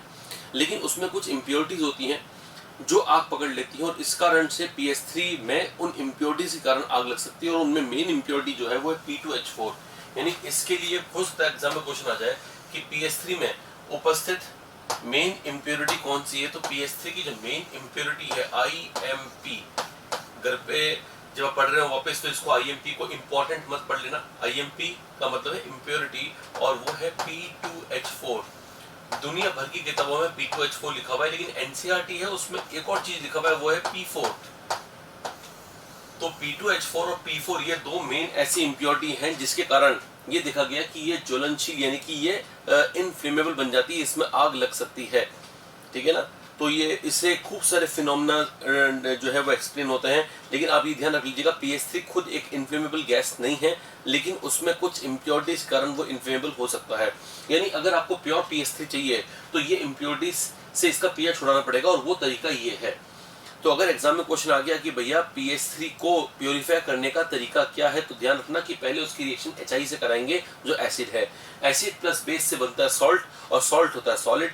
तो देखो बेटा यहाँ मैंने सॉलिड लिखा हुआ है। अब आपको इतना सा सोचना है कि सॉल्ट क्या बनेगा, तो ये जो लोन पेयर है वो H प्लस से रिएक्शन कर लेगा और PH4 प्लस बन जाएगा। PH4 प्लस तो हो गया कैटायन, और I माइनस हो गया एनायन। ये हो गया कैटायन और ये हो गया एनायन, ये हो गया सॉलिड सॉल्ट। और KOH की रिएक्शन होने पर, अब KOH क्या है, बेस है, और बेस को क्या चाहिए, एसिड। इसमें से एसिड कौन है, H प्लस, तो ये OH माइनस यहाँ से H प्लस निकला के और PS3 को प्योर कर देगा। यानी जो PS3 यहाँ पर इन इम्प्योरिटी के साथ था, वही PS3 अब यहाँ पर आकर और यहाँ पर आके एकदम प्योर हो चुका है, क्योंकि इम्प्योरिटी से पीछे छुड़ गई है। तो क्या ध्यान रखोगे, PS3 को प्यूरिफाई करने का तरीका क्या, पहले किससे रिएक्शन करवाओगे, HI से या KOH से, पहले HI बाद में KOH, पहले KOH बाद में HI, या कोई भी करवा दो। तो कुछ लोग मेरे को बोलते हैं कि सर ठीक है आपने KOH की बाद में रिएक्शन करवाई, पहले करवा देते। तो बेटा पहले थोड़ी ना होगी, बेस के साथ थोड़ी रिएक्शन करेगा। तो ध्यान रखना पहली स्टेप में तो HI के साथ ही रिएक्शन होगी, और सेकंड स्टेप में KOH के साथ। तो कुल मिलाकर PS3 को प्यूरिफाई करने का तरीका है कि पहले उसकी रिएक्शन HI के साथ करा के एक सॉलिड सॉल्ट बनाओ, और उसकी KOH के साथ रिएक्शन करके PS3 उसमें से वापस बाहर निकाल दो। तो ये जो गैस है वो कौन सी होगी बेटा, PS3 गैस होगी। ठीक है ना। तो PS3 के लिए एक और इंपॉर्टेंट बात होगी कि उसमें मेन इंप्योरिटी P2H4 और P4 की होती है। P2H4 की जो इंप्योरिटी होती है उस कारण से एक ऐसी करके रिंग्स बनती है, मतलब अगर जलता है तो इस तरह से जो उसके जो धुआं समझ सकते हैं, जो स्मोक डेवलप होती है वो ऐसे ये छल्लेदार है ना स्मोक होती है, इसको वोर्टेक्स रिंग्स कहते हैं। तो vortex ring, WVORTEX, vortex ring, Hindi में सिर्फ छल्ले कह सकते हैं उसको। तो वोर्टेक्स रिंग बनने का कारण कौन सा कंपाउंड है बेटा, तो P2H4 है। बेटा क्वेश्चन नीट बेस पे इनऑर्गेनिक में क्वेश्चन आप ऐसे एक्सपेक्ट मत करें कि हमेशा बड़े बड़े क्वेश्चन एकदम वो टेक्निकल क्वेश्चन ही आएंगे, छोटे छोटे क्वेश्चन भी आ सकते हैं। हो सकता है आपसे क्वेश्चन पूछ लें कि फॉस्फोरस की स्टडीज में हम जो वोर्टेक्स रिंग्स पढ़ते हैं वो फॉस्फोरस के कौन से कंपाउंड से संबंधित होती है, तो आंसर है P2H4 से रिलेटेड होती है। तो ये ध्यान रख लीजिएगा इस बात को। फिर आता है नेक्स्ट रिएक्शन, PS3 की रिएक्शन, कॉपर सल्फेट सॉल्यूशन और मरकरी क्लोराइड सॉल्यूशन। बेटा ये डी ब्लॉक के सॉल्यूशन है। अगर ये डी ब्लॉक के सॉल्यूशन है तो अब PS3 का बॉन्ड तो बड़ा वीक है, पीएच बॉन्ड वीक है। अब जब पीएच बॉन्ड इसका वीक है तो ये कॉपर सल्फेट के साथ जब रिएक्शन इसकी देखी गई तो ये समझ लो इसका ये बॉन्ड टूट जाएगा। फॉस्फोरस की वैलेंसी जो है वो -3 है और कॉपर की वैलेंसी +2 है। दोनों को साथ में मिलाओगे तो क्या बन जाएगा बेटा, Cu3P2 बन जाएगा। इसको बोलते हैं क्यूप्रिक फॉस्फाइड, है ना, क्यूप्रिक फॉस्फाइड। मैं लिख दे रहा हूं यहाँ पर CuPric फॉस्फाइड। इससे ये स्पष्ट होता है, इससे क्लियर होता है कि इसका पीएच बॉन्ड बहुत ज्यादा वीक है, क्योंकि अगर स्ट्रॉन्ग होता तो कुछ और बनता। जैसे अमोनिया में ऐसी रिएक्शन नहीं होती है, अमोनिया में कॉम्प्लेक्स बन जाता है ना। अमोनिया में NH बॉन्ड नहीं टूटता है। ये जब मैं अमोनिया पढ़ाऊंगा, मतलब जब कॉम्प्लेक्स संबंध पढ़ेंगे तब डिटेल में पढ़ लेंगे। अभी के लिए बस इतना ध्यान रखना कि PS3 की ये रिएक्शन अमोनिया से बिल्कुल अलग है। अगर आपको अमोनिया की रिएक्शन चाहिए, एग्जांपल चाहिए, तो अमोनिया का बता दूंगा, लेकिन पहले इसका देख लो। यहाँ भी पीएच बॉन्ड तोड़ दो बेटा, और फॉस्फोरस की वैलेंसी -3 है, मरकरी की +2 है। दोनों को मिलाओगे तो पहले की तरह Hg3P2 बन जाएगा, जिसको बोलते हैं मर्क्यूरिक फॉस्फाइड। Mercuric phosphide. ये सारे पॉइंट अपने हो गए जो कि ग्रुप 15 को अपन ने अब कवर कर लिया। ग्रुप 15 में पढ़ने के लिए और कुछ नहीं है, जो मैंने लास्ट टाइम में पढ़ाया था और जो भी बता दिया उसको मिला के ग्रुप 15 बार बार मैं आपको कहूँगा बेटा ग्रुप 15 रिवाइज करो, ठीक है ना। मैंने ये जो जितना ही पार्ट मैंने अभी तक करवाया और जो मैं आगे करवाने वाला हूँ रिएक्शन में, उनके अंदर जो लैंग्वेज को लेकर, ठीक है ना, मान लो किसी एक दो जनों को किसी को समस्या आ रही हो, थोड़ा ढंग से देखो बड़ा लेक्चर को कि उसके अंदर मैंने बिल्कुल ये सेग्रीगेट किया है, एक एक वर्ड को मैंने इंग्लिश में बोला है, हिंदी में बोला है, तो किसी को ऐसी समस्या नहीं आनी चाहिए, ठीक है ना। तो उसके साथ ऐसा नहीं कि मतलब ये करे कि नहीं हमारे को तो इंग्लिश के अलावा कुछ नहीं सुनना है, हम तो डिस्ट्रैक्ट हो जाते हैं, एक एक्स्ट्रा वर्ड हिंदी का सुन लिया, तो बड़ा ऐसा तो नहीं होना चाहिए, है ना। मैंने तो विशेष रूप से ध्यान रखता हूँ इसको, और हर साल क्लास में मैं पढ़ाता हूँ तो कोई समस्या नहीं आती मेरे को, ठीक है। तो फिर भी अगर किसी को बहुत ज़्यादा समस्या आ रही है तो वो कारण बताओ कि समस्या की कारण क्या है, ठीक है ना। ऐसे ही नहीं कि नहीं हमारी इच्छा हो गई बस कि हमारे बस एक हमने बस कह दिया तो कह दिया, आप तो बस वो करो जो हम कह रहे हैं, तो आपके पीछे कोई लॉजिक होना चाहिए, क्योंकि मैंने आपका सबका ध्यान रखा है। आप अगर ढंग से एक पॉजिटिव एनर्जी के साथ में अगर मेरा लेक्चर देखोगे तो आपको पता पड़ेगा कि मैंने एकदम क्लियरली हर शब्द को अलग अलग रखा है, ठीक है ना। चाहे प्रेसिपिटेट बोल रहा हूँ तो वक्शेप साथ में बोला है बेटा, तो आप ऐसे नहीं कि हिंदी के वर्ड सुन के डिस्ट्रैक्ट हो रहे हैं, ठीक है ना, ऐसा कुछ नहीं होता। ये तो एक रीज़न है, मान लो अपने को नंबर अच्छे नहीं आए या अपने को चीज़ अच्छी तरह क्लियर नहीं हो रही, तो अपने को पास एक रीज़न आ गया, एक्सक्यूज़ आ गया कि अच्छा हम एक नया एक्सक्यूज़ दे देते हैं, हमारे को एक्सक्यूज़, अब हमारा नया एक्सक्यूज़ ये है कि ये, तो बेटा हमेशा ज़िंदगी में अपने को एक्सक्यूज़ नहीं ढूंढना है ना, कि अपन कुछ नहीं कर पा रहे तो अपन एक्सक्यूज़ ढूंढ लें, नो, ऐसा नहीं होना चाहिए। कोशिश करो कि आप उस चीज़ को समझ जाओ। मैंने ऐसा तो आपको कोई दिया नहीं कि मैं पूरा हिंदी में पढ़ाऊंगा, अब आपको इंग्लिश में करना है, या इंग्लिश हिंदी वालों को बोला है कि मैं तो इंग्लिश में बोलूँगा, आप हिंदी में करके दिखाओ, वैसा नहीं, ठीक है ना। तो मैंने आपकी सुविधा के लिए ये करा है। अब आप चाहते हो एकदम वो रहे कि एकदम ये हिंदी तो हिंदी, इंग्लिश तो इंग्लिश, तो बेटा एकदम तो वो है ना, वैसे भी नॉर्मल क्लास में भी नहीं होता, नॉर्मल क्लास के अंदर भी हम बोलते हैं, ठीक है। अभी इस क्लास के अंदर हो रहा है कुछ एक्स्ट्रा वर्ड, हम टेक्निकल वर्ड हिंदी में जरूर मैं काम में ले रहा हूँ। हिंदी वालों के लिए लग सकता है इंग्लिश में दिक्कत हो, इंग्लिश वालों को सकता है हिंदी में दिक्कत हो, लेकिन अगर आप अच्छी तरह लेक्चर को एकदम पेशेंसफुली वॉच करोगे, पॉजिटिवनेस के साथ में, पॉजिटिविटी के साथ में कि हमारे को इसे सीखना है, हमारे को इसमें गलती क्या निकालनी है, वो निकालोगे तो निकल भी जाएगी। अच्छा, इसी बात में गलती की बात में को याद आया कि मैंने अभी कुछ दिनों पहले जब एमओटी के जब मैं आंसर्स लिखा रहा था, ध्यान देना, एमओटी के में क्वेश्चन दिया था मैंने कि वो LI2, B2 और उनके सबके कॉन्फ़िगरेशन वगैरह, है ना, वो देखना, मेरी इस लाइन को नोट कर लेना कि सर ने जो बोला है वो नोट कर लेना, नहीं तो गलती हो जाएगी। आप में से किसी एक अलर्ट विद्यार्थी ने, है ना, एक अलर्ट स्टूडेंट ने मेरे को एक मैसेज किया कि सर आपने वो जो पढ़ा है क्या बोलते हैं LI2, B2, C2 वगैरह, तो B2 के लिए आपने आंसर में ये बोला कि वो डायमैग्नेटिक है, जबकि आपने पहले बताया था पैरामैग्नेटिक है। तो बेटा वो गलती से मैं बोल गया था कि वो डायमैग्नेटिक है, वैसे ही वो पैरामैग्नेटिक है। बॉस जो मैंने याद करवाया था आपको B2, O2, S2, तो B2 इज पैरामैग्नेटिक। बाकी सब कुछ मैंने सारे आंसर सही बताए थे, मैंने चेक कर लिए, लेकिन B2 जल्दबाजी में या कुछ मैं और सोच रहा था, उस चक्कर में जो ह्यूमन मिस्टेक होती है जनरली, है ना, ह्यूमन एरर होती है, उसमें मैंने वो कर दिया है। तो उसको आप वापस एक बार जब लेक्चर को देखो तो उसको सही कर दीजिएगा। मतलब कि वैसे तो अब मेरी ऑडियो फॉर्म में है वो, तो उसको सही करने का तरीका, अगर आपने कहीं नोट्स लिखे हैं तो नोट्स में B2 को वैसे आपने जो सॉल्व किया होगा तो पैरामैग्नेटिक आ रहा होगा, है ना। कई बच्चों का ये था कि सर हमने ऐसे सॉल्व किया, ये सही है क्या, तो इट्स वेरी गुड कि आपने अच्छा सॉल्व किया, सही सॉल्व किया। वो गलती मेरी ही थी कि मैंने आपको पैरामैग्नेटिक की जगह डायमैग्नेटिक बोल दिया था, तो उसको आप सही कर लीजिएगा।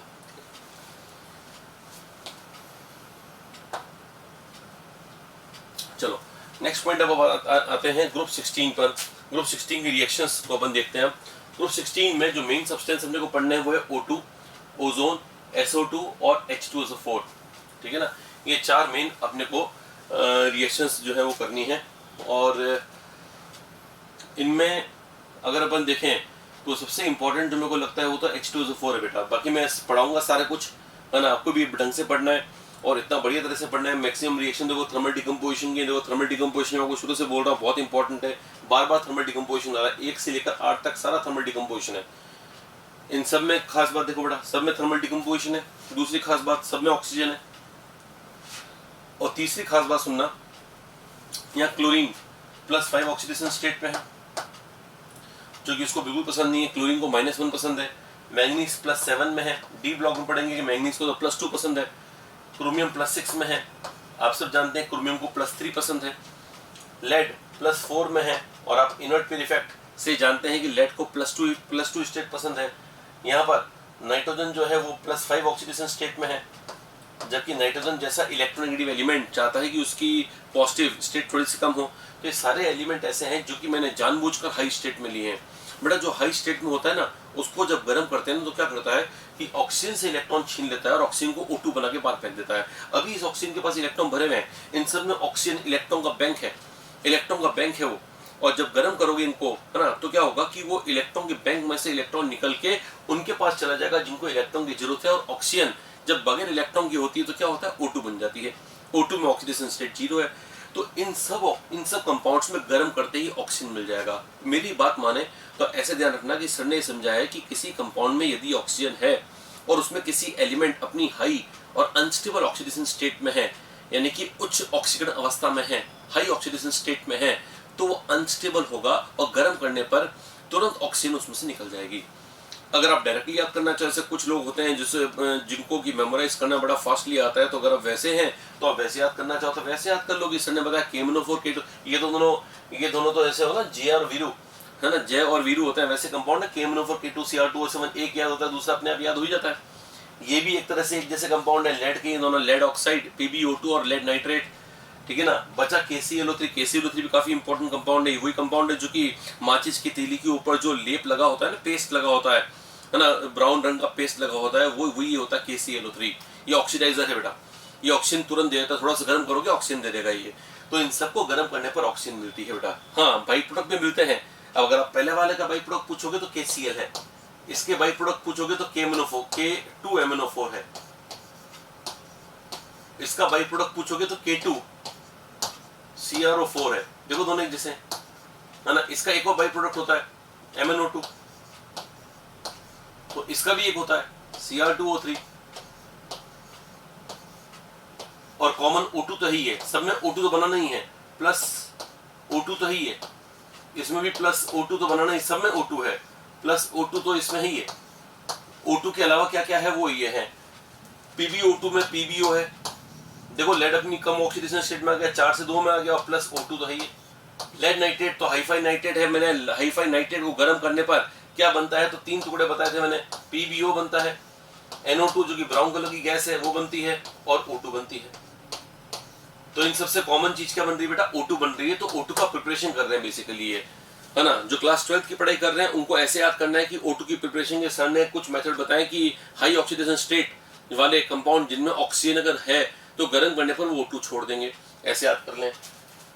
Ag2O सिल्वर +1 में है, लेकिन सिल्वर तो नोबल है, सिल्वर तो मेटल बनना चाहता है बेटा, तो ये 0 में जाना चाहता है, इलेक्ट्रॉन खाना चाहता है, इलेक्ट्रॉन खा के 0 में जाएगा, तो ये Ag बन जाएगा। इलेक्ट्रॉन ऑक्सीजन से खाएगा तो इसको O2 बना देगा। ये की ये कहानी यहाँ भी रिपीट होगी, Hg+O2।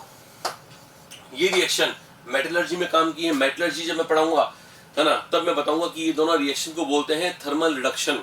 थर्मल रिडक्शन बोलते हैं। थर्मल मतलब गर्म करना, रिडक्शन तो आप जानते ही हैं। तो थर्मल रिडक्शन यानी कि ताप अपचयन भी इनको कहते हैं जब अपन मेटलर्जी करेंगे। तो थर्मल रिडक्शन वाली रिएक्शन है बेटा ये। Ag2O गर्म करने से Ag+O2, HgO को गर्म करने से Hg+O2, और इधर H2O2 को गर्म करने से बन जाएगा H2O +½ O2। ये सभी रिएक्शंस हैं जिनके अंदर की अपने को O2 मिल रहा है ना। अब आप देखें बेटा कि इंडस्ट्रियल प्रिपरेशन यानी कि इसको इंडस्ट्रीज में कैसे बनाते हैं, उद्योगों में कैसे बनाते हैं, वो एक ऐसा तरीका है जो कि सस्ता है।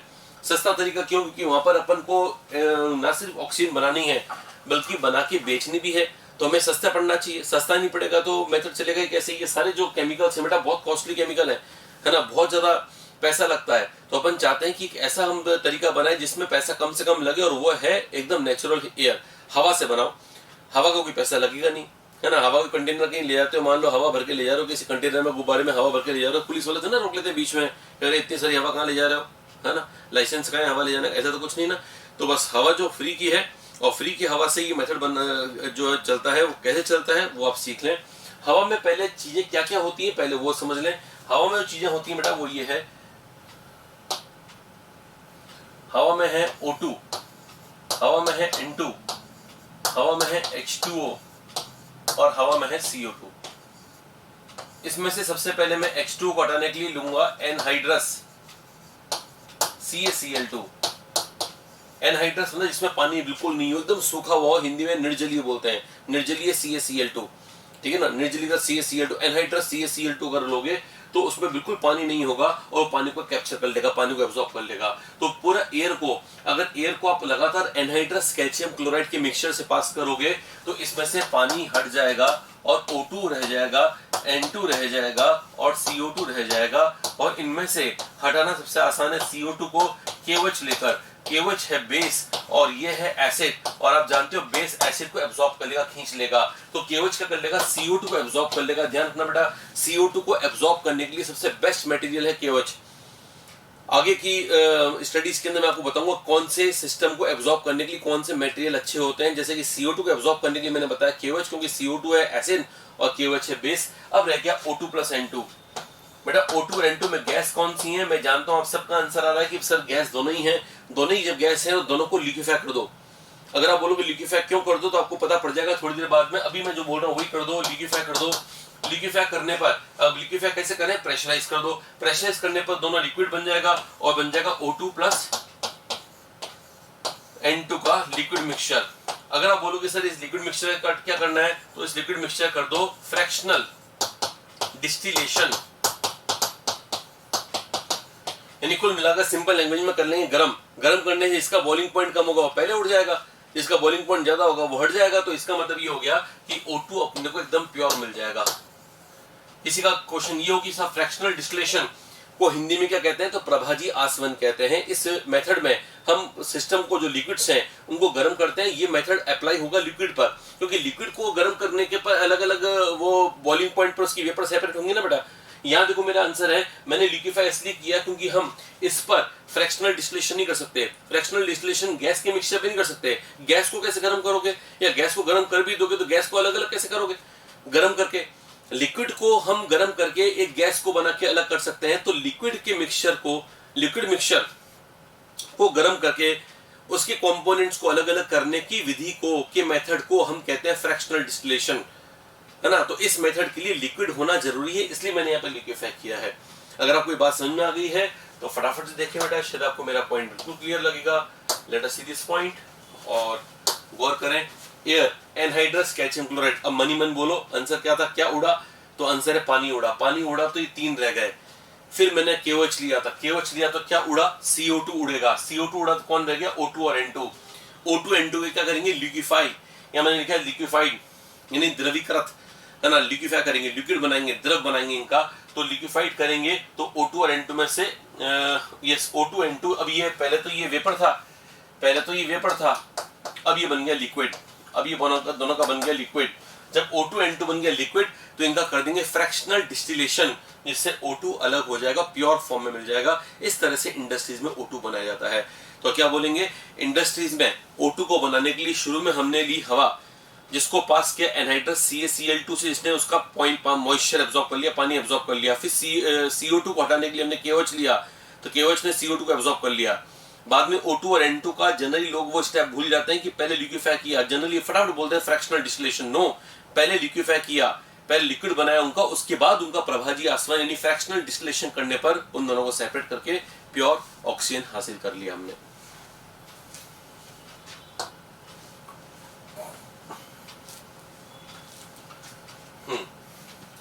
नेक्स्ट देखो बेटा, नेक्स्ट रिएक्शन ये मैंने बताने की कोशिश करी है कि ऑक्सीजन की रिएक्शन 10th एंड 11। ऑक्सीजन कौन सा एजेंट है बेटा, ऑक्सीडाइजिंग एजेंट।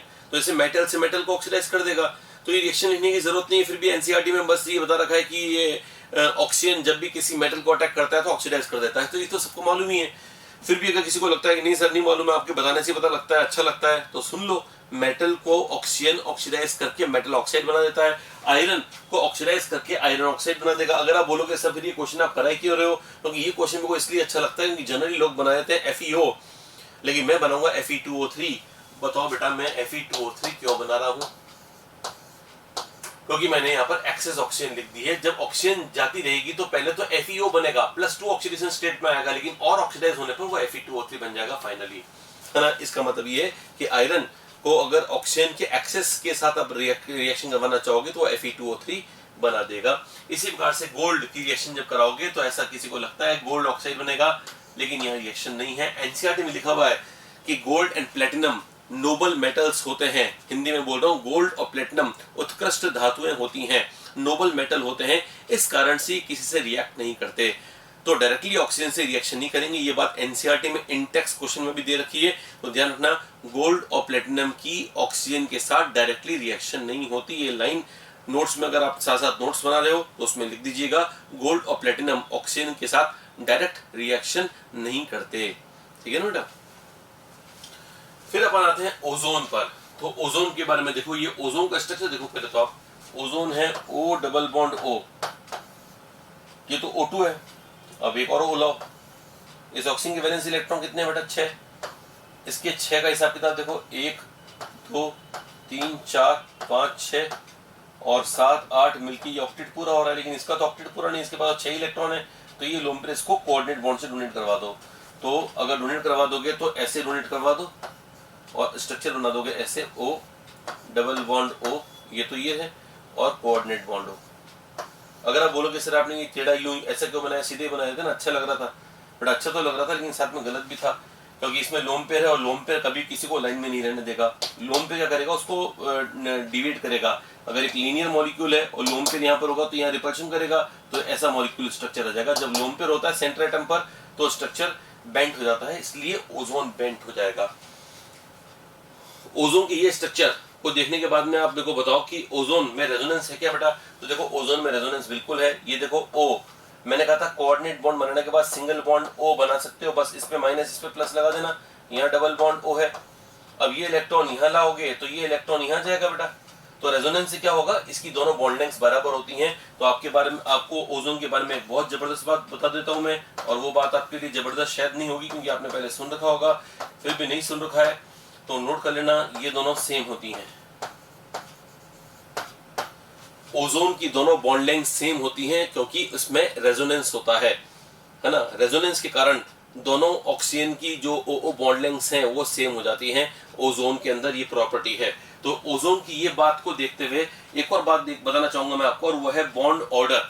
बॉन्ड ऑर्डर को बोलते हैं बंद क्रम, यानी कितने बॉन्ड्स बन रहे हैं ओ के बीच में। तो यहाँ बन रहे हैं 2 और वहां बन रहा है 1, दोनों में लगे हुए 3, लेकिन 3 कितनी जगह पर बन रहे हैं, 2 जगह पर। तो एवरेज एक जगह पर कितना बनेगा, तो आंसर आएगा 1.5, क्योंकि 3 2 जगह पर बन रहे हैं तो एक जगह पर एवरेज 1.5 बॉन्ड बना ना बेटा। तो इसका मतलब ये हुआ कि ओजोन का बॉन्ड ऑर्डर जो आता है, बॉन्ड ऑर्डर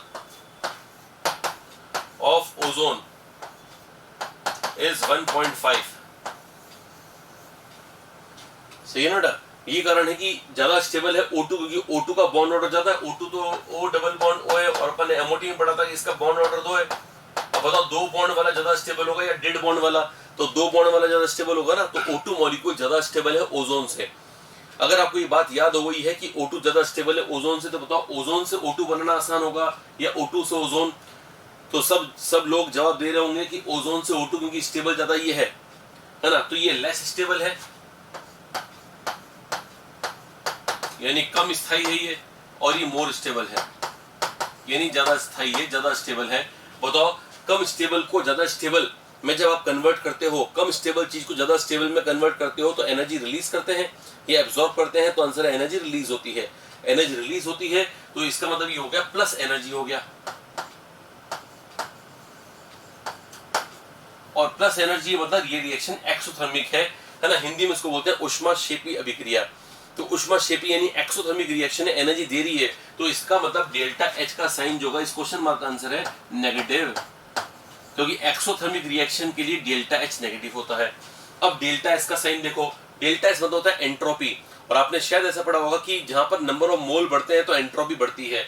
यहाँ 2 है और यहाँ 3 है, तो यहाँ से 2 से 3 मोल में नंबर ऑफ मोल बढ़ रहे हैं कम हो रहे हैं बेटा, तो बढ़ रहे हैं, तो मोल बढ़ेंगे तो एंट्रोपी बढ़ेगी, बढ़ेगी मतलब पॉजिटिव है, तो ये पॉजिटिव है। अब डेल्टा जी, क्या आपने कभी सुना है गिब्स फ्री एनर्जी? तो गिब्स फ्री एनर्जी की इक्वेशन कभी सुनी आपने? मैं यहाँ पर इसको लिख दे रहा हूं अलग से, इसको अपन हटाते हैं और यहाँ पर अपन लिखते हैं Gibbs free energy equation. Delta G बराबर delta H minus T delta S, ये है delta G equal to delta H minus T delta S. अब डेल्टा एच का साइन देखो बेटा क्या आ रहा है, नेगेटिव, और डेल्टा एस का आ रहा है पॉजिटिव। अगर ये पॉजिटिव है तो ये पॉजिटिव, ये नेगेटिव से गुणा हो गया, नेगेटिव हो गया, और ये नेगेटिव ऑलरेडी है तो ये भी नेगेटिव, ये भी नेगेटिव, दोनों जब नेगेटिव होंगे तो डेल्टा जी नेगेटिव हो जाएगा। इसका मतलब एक बहुत इंपॉर्टेंट बात सुन लेना बेटा कि डेल्टा जी को नेगेटिव इन दोनों में से कौन कर रहा है, तो आंसर है दोनों कर रहे हैं। तो आज के बाद एक लाइन आपको अच्छे से याद रहनी चाहिए कि ओजोन का O2 में बदलना, सुन लेना, ओजोन का O2 में बदलना कैसा होता है बेटा, ऐसा होता है जिसमें डेल्टा H नेगेटिव होता है, डेल्टा S पॉजिटिव होता है और डेल्टा G नेगेटिव होता है। और डेल्टा G नेगेटिव किस कारण से हो रहा है, पहले कारण से या दूसरे से या दोनों से, तो आंसर है दोनों से। ये बात एनसीईआरटी में भी लिखी हुई है, मैं चाहता हूं आप भी याद रख लें ये बात को। वैसे तो ये बात जिनकी मैथ्स अच्छी होती है, जिनकी थर्मोडायनामिक्स अच्छी है, उनको तो ये बात अपने आप ही समझ में, मेरे को बार बार बोलने की जरूरत नहीं है।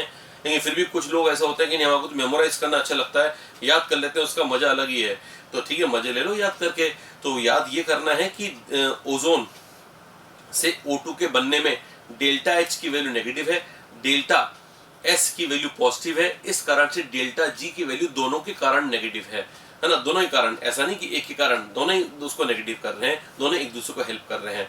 तो ध्यान रखना बेटा, ये वाली बात बहुत इंपॉर्टेंट है। और ये कारण है कि हम ओजोन आसानी से नहीं बना सकते हैं। एनसीईआरटी में एक बता रखा है कि अगर आप ऑक्सीजन से ओजोन बना रहे हो तो आसान है या मुश्किल है, तो आंसर है मुश्किल है। सुनना, अगर आप ऑक्सीजन से ओजोन बना रहे हो तो आपको पहले तो ऑक्सीजन को O बॉन्ड तोड़ना पड़ेगा, उसके लिए इलेक्ट्रिक डिस्चार्ज करना पड़ेगा, मतलब आपको इलेक्ट्रिक फील्ड लगानी पड़ेगी, प्लस माइनस इलेक्ट्रोड, बहुत हाई वोल्टेज लेना पड़ेगा। और साथ में ऐसे बंदोबस्त करने पड़ेंगे कि जो हीट हो रही है सिस्टम में, जो भी हीट लिबरेट हो रही है, फटाफट उस हीट को हटाएं। क्योंकि अगर आपने हीट को रखा तो ये क्या होगा, ये ओजोन वापस टूट जाएगा। और हम चाहते हैं ओजोन को बनाना। अगर आप सुनना वापस से, हो सकता है किसी को कंफ्यूजन हो मेरी बात में, सुन लेना, मैं बोल रहा हूँ O2 से ओजोन का बनना आसान होगा या मुश्किल, तो आपको सबको सोच के दिमाग में लगा के बताओ कि इससे आसान है मुश्किल, तो आंसर है मुश्किल। मुश्किल है तो क्या मुश्किल है बेटा, अगर कोई एनर्जी इस रिएक्शन में हम जो हाई वोल्टेज लगाएंगे बाहर से, क्योंकि हाई वोल्टेज लगाए बगैर तो ये कैसे चेंज होगा इसके अंदर, तो हाई वोल्टेज तो आप लगा दोगे, लेकिन हाई वोल्टेज लगाने के बाद अगर कोई हीट प्रोड्यूस होती है तो उसको फटाफट हटाना पड़ेगा उस हीट को, क्योंकि उस हीट की टकराव इससे हो गया ओजोन से, तो ओजोन वापस O2 बन जाएगा। इसलिए हीट को हटाते रहना जरूरी है। हीट को जब हटाते रहोगे आप तो उसको बोलते हैं साइलेंट इलेक्ट्रिक डिस्चार्ज। साइलेंट यानी कि जिसमें कोई हीट का विनिमय, कोई हीट का एक्सचेंज नहीं हो रहा हो, उसको बोलते हैं साइलेंट। चुपचाप चुपचाप, किसी को कानो कान खबर नहीं हो, हीट सिस्टम की हट जाए, दैट इज साइलेंट। तो इसका मतलब ये हो गया, यहां पर है साइलेंट इलेक्ट्रिक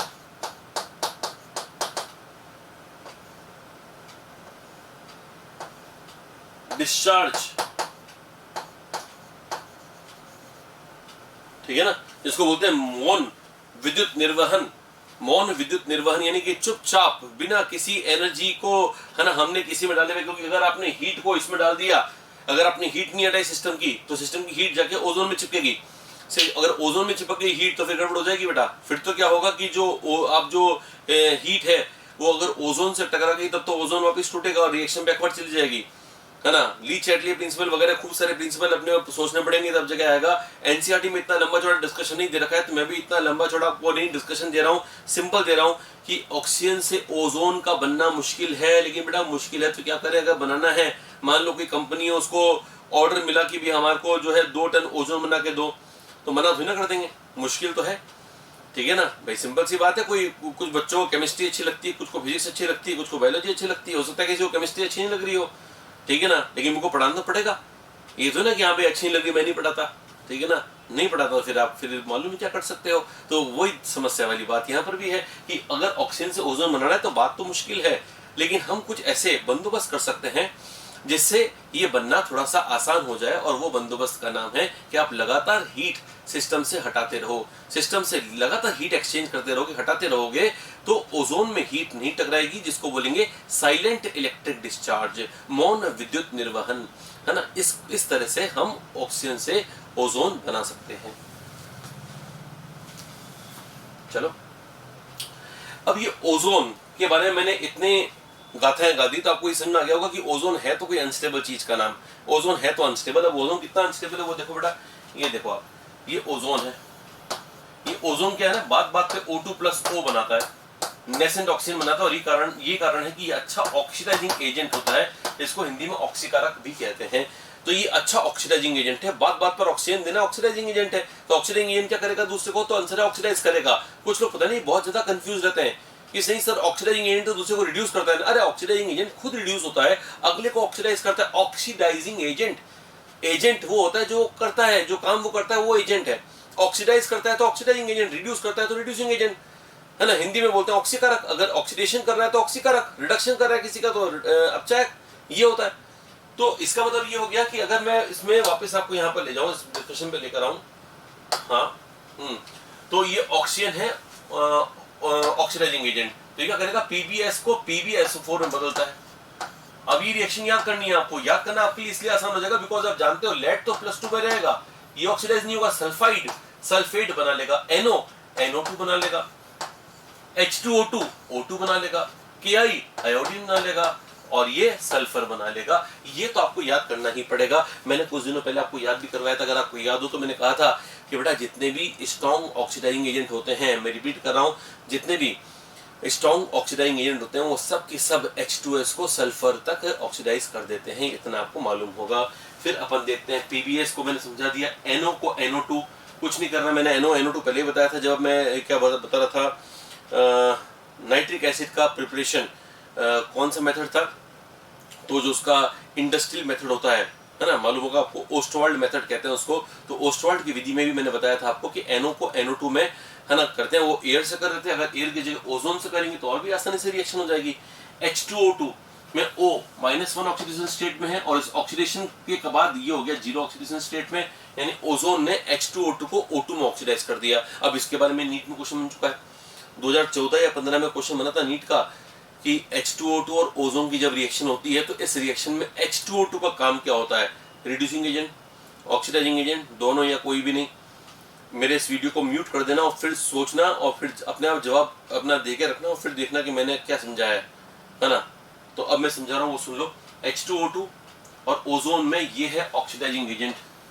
अगर ये ऑक्सीडाइजिंग एजेंट है बेटा तो ये ऑब्वियस सी बात है कि ये रिड्यूसिंग एजेंट ही होगा, बस और कुछ नहीं है, इतना सा कॉन्सेप्ट है। जब सामने ऑक्सीडाइजिंग एजेंट है तो ये तो रिड्यूसिंग एजेंट ही होगा ना, तभी तो इनमें रिएक्शन हो रही है, या तो रिएक्शन हो ही नहीं रही है। रिएक्शन हो ही नहीं रही है तो ना तो कोई ना तो कोई ऑक्सीडाइजिंग एजेंट हुआ ना कोई रिड्यूसिंग एजेंट हुआ। हम बोल रहे हैं कि ऑक्सीडाइजिंग एजेंट है, ये इसको ऑक्सीडाइज कर रहा है तो फिर ये इसको रिड्यूस कर रहा है ना, ऐसे बोल दो आप। तो H2O2 ओजोन की रिएक्शन, ओजोन के साथ रिएक्शन के समय एक रिड्यूसिंग एजेंट का काम करता है। यदि मैं हिंदी में बोलूं इसको तो H2O2 ओजोन के साथ रिएक्शन करते समय एक अपचायक का कार्य करता है, बस इतनी बात ध्यान रखें आप। तो ये रिएक्शन बड़ी आसान है। Ki को आयोडीन में कन्वर्ट कर दिया अपन ने, Ki में I-1 ऑक्सीडेशन स्टेट में है और यहाँ पर 0 में हो गया, और ये तो मैंने आपको समझा ही दिया है। अब इनमें से जो काम की रिएक्शंस हैं जिस पे क्वेश्चन बनने के चांसेस काफी ज्यादा हैं, वो एक तो ये है B और एक है D। बोलोगे सर इसकी क्या खास बात है, तो B की खास बात सुन लेना बेटा।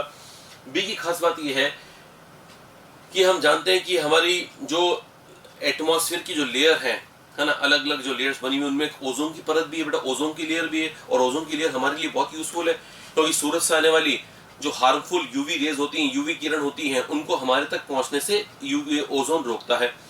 लेकिन हम अर्थ पे कुछ ऐसे केमिकल्स बनाते हैं जो हवा में फ्लोट होके और ओजोन तक पहुंच के उसको लगातार उसमें छेद कर रहे हैं, उसकी परत को पतला कर रहे हैं, उसकी कंसंट्रेशन यानी कि सांद्रता को कम कर रहे हैं। और ऐसे चीजों पर हम लगातार रोक लगाने की सोच रहे हैं, लगा भी रहे हैं, लेकिन वो चीजें अभी भी बंद नहीं हुई हैं। उनमें से एक NCERT में लिखा हुआ है कि NO जो होता है ना, कई सारे प्लेन से, जेट प्लेन्स जो ऊपर वाले हाइट पे उड़ते हैं, बहुत ज्यादा हाइट्स पर उड़ते हैं, जो जेट प्लेन्स हाइट पे उड़ते हैं, वो जेट प्लेन्स से निकलने वाले धुएं यानी एग्जॉस्ट में जो गैस पाई जाती है बेटा वो NO होती है। और ये NO देखो ओजोन को डिस्टर्ब करेगी, तो जो ऊपर वाली ओजोन लेयर वो डिस्टर्ब होगी नहीं होगी इससे। बस ये क्वेश्चन ध्यान रखना, हो सकता है एग्जाम में आ जाए कि इनमें से कौन सी वो गैस है जो हायर एटमॉस्फेयर में जेट प्लेन्स छोड़ते हैं और ओजोन के परत को डिप्लेशन यानी पतला करने के लिए रेस्पॉन्सिबल उस गैस को माना जा सकता है। तो आंसर है NO। NO का नाम है नाइट्रिक ऑक्साइड। तो बेटा ध्यान रख लीजिएगा, नाइट्रिक ऑक्साइड ओजोन के लेयर को पतला करने के लिए रेस्पॉन्सिबल माना गया है। If I speak in English it will be something like NO can be held responsible for the depletion of ozone layer through the exhaust of jet planes which fly in the higher altitudes। यानी अधिक ऊंचाइयों पर उड़ने वाले jet प्लेनों से निकलने वाले धुएं में NO पाया गया है जो ओजोन की परत को क्षीण करने के लिए उत्तरदायी माना जा सकता है। ये आप नोट कर लें, दोनों मीडियम्स के लोग, है ना, इस प्रकार से आप कर सकते हैं। तो NO को ओजोन से रिएक्ट करवा के हम NO2 में कन्वर्ट कर सकते हैं, ठीक है ना बेटा। तो ये वाली बात इंपॉर्टेंट हो गई कि ओजोन लेयर से संबंधित बात इंपॉर्टेंट है। अब इसी कैसे डी वाले बात देखो, KI और ओजोन। अब ये KI और ओजोन वाले में क्या खास बात है वो सुनना बेटा। मान लो अपने पास सैंपल है ओजोन का और हमें देखना ओजोन है कितना, तो उसके लिए मैं आपको बताता हूं।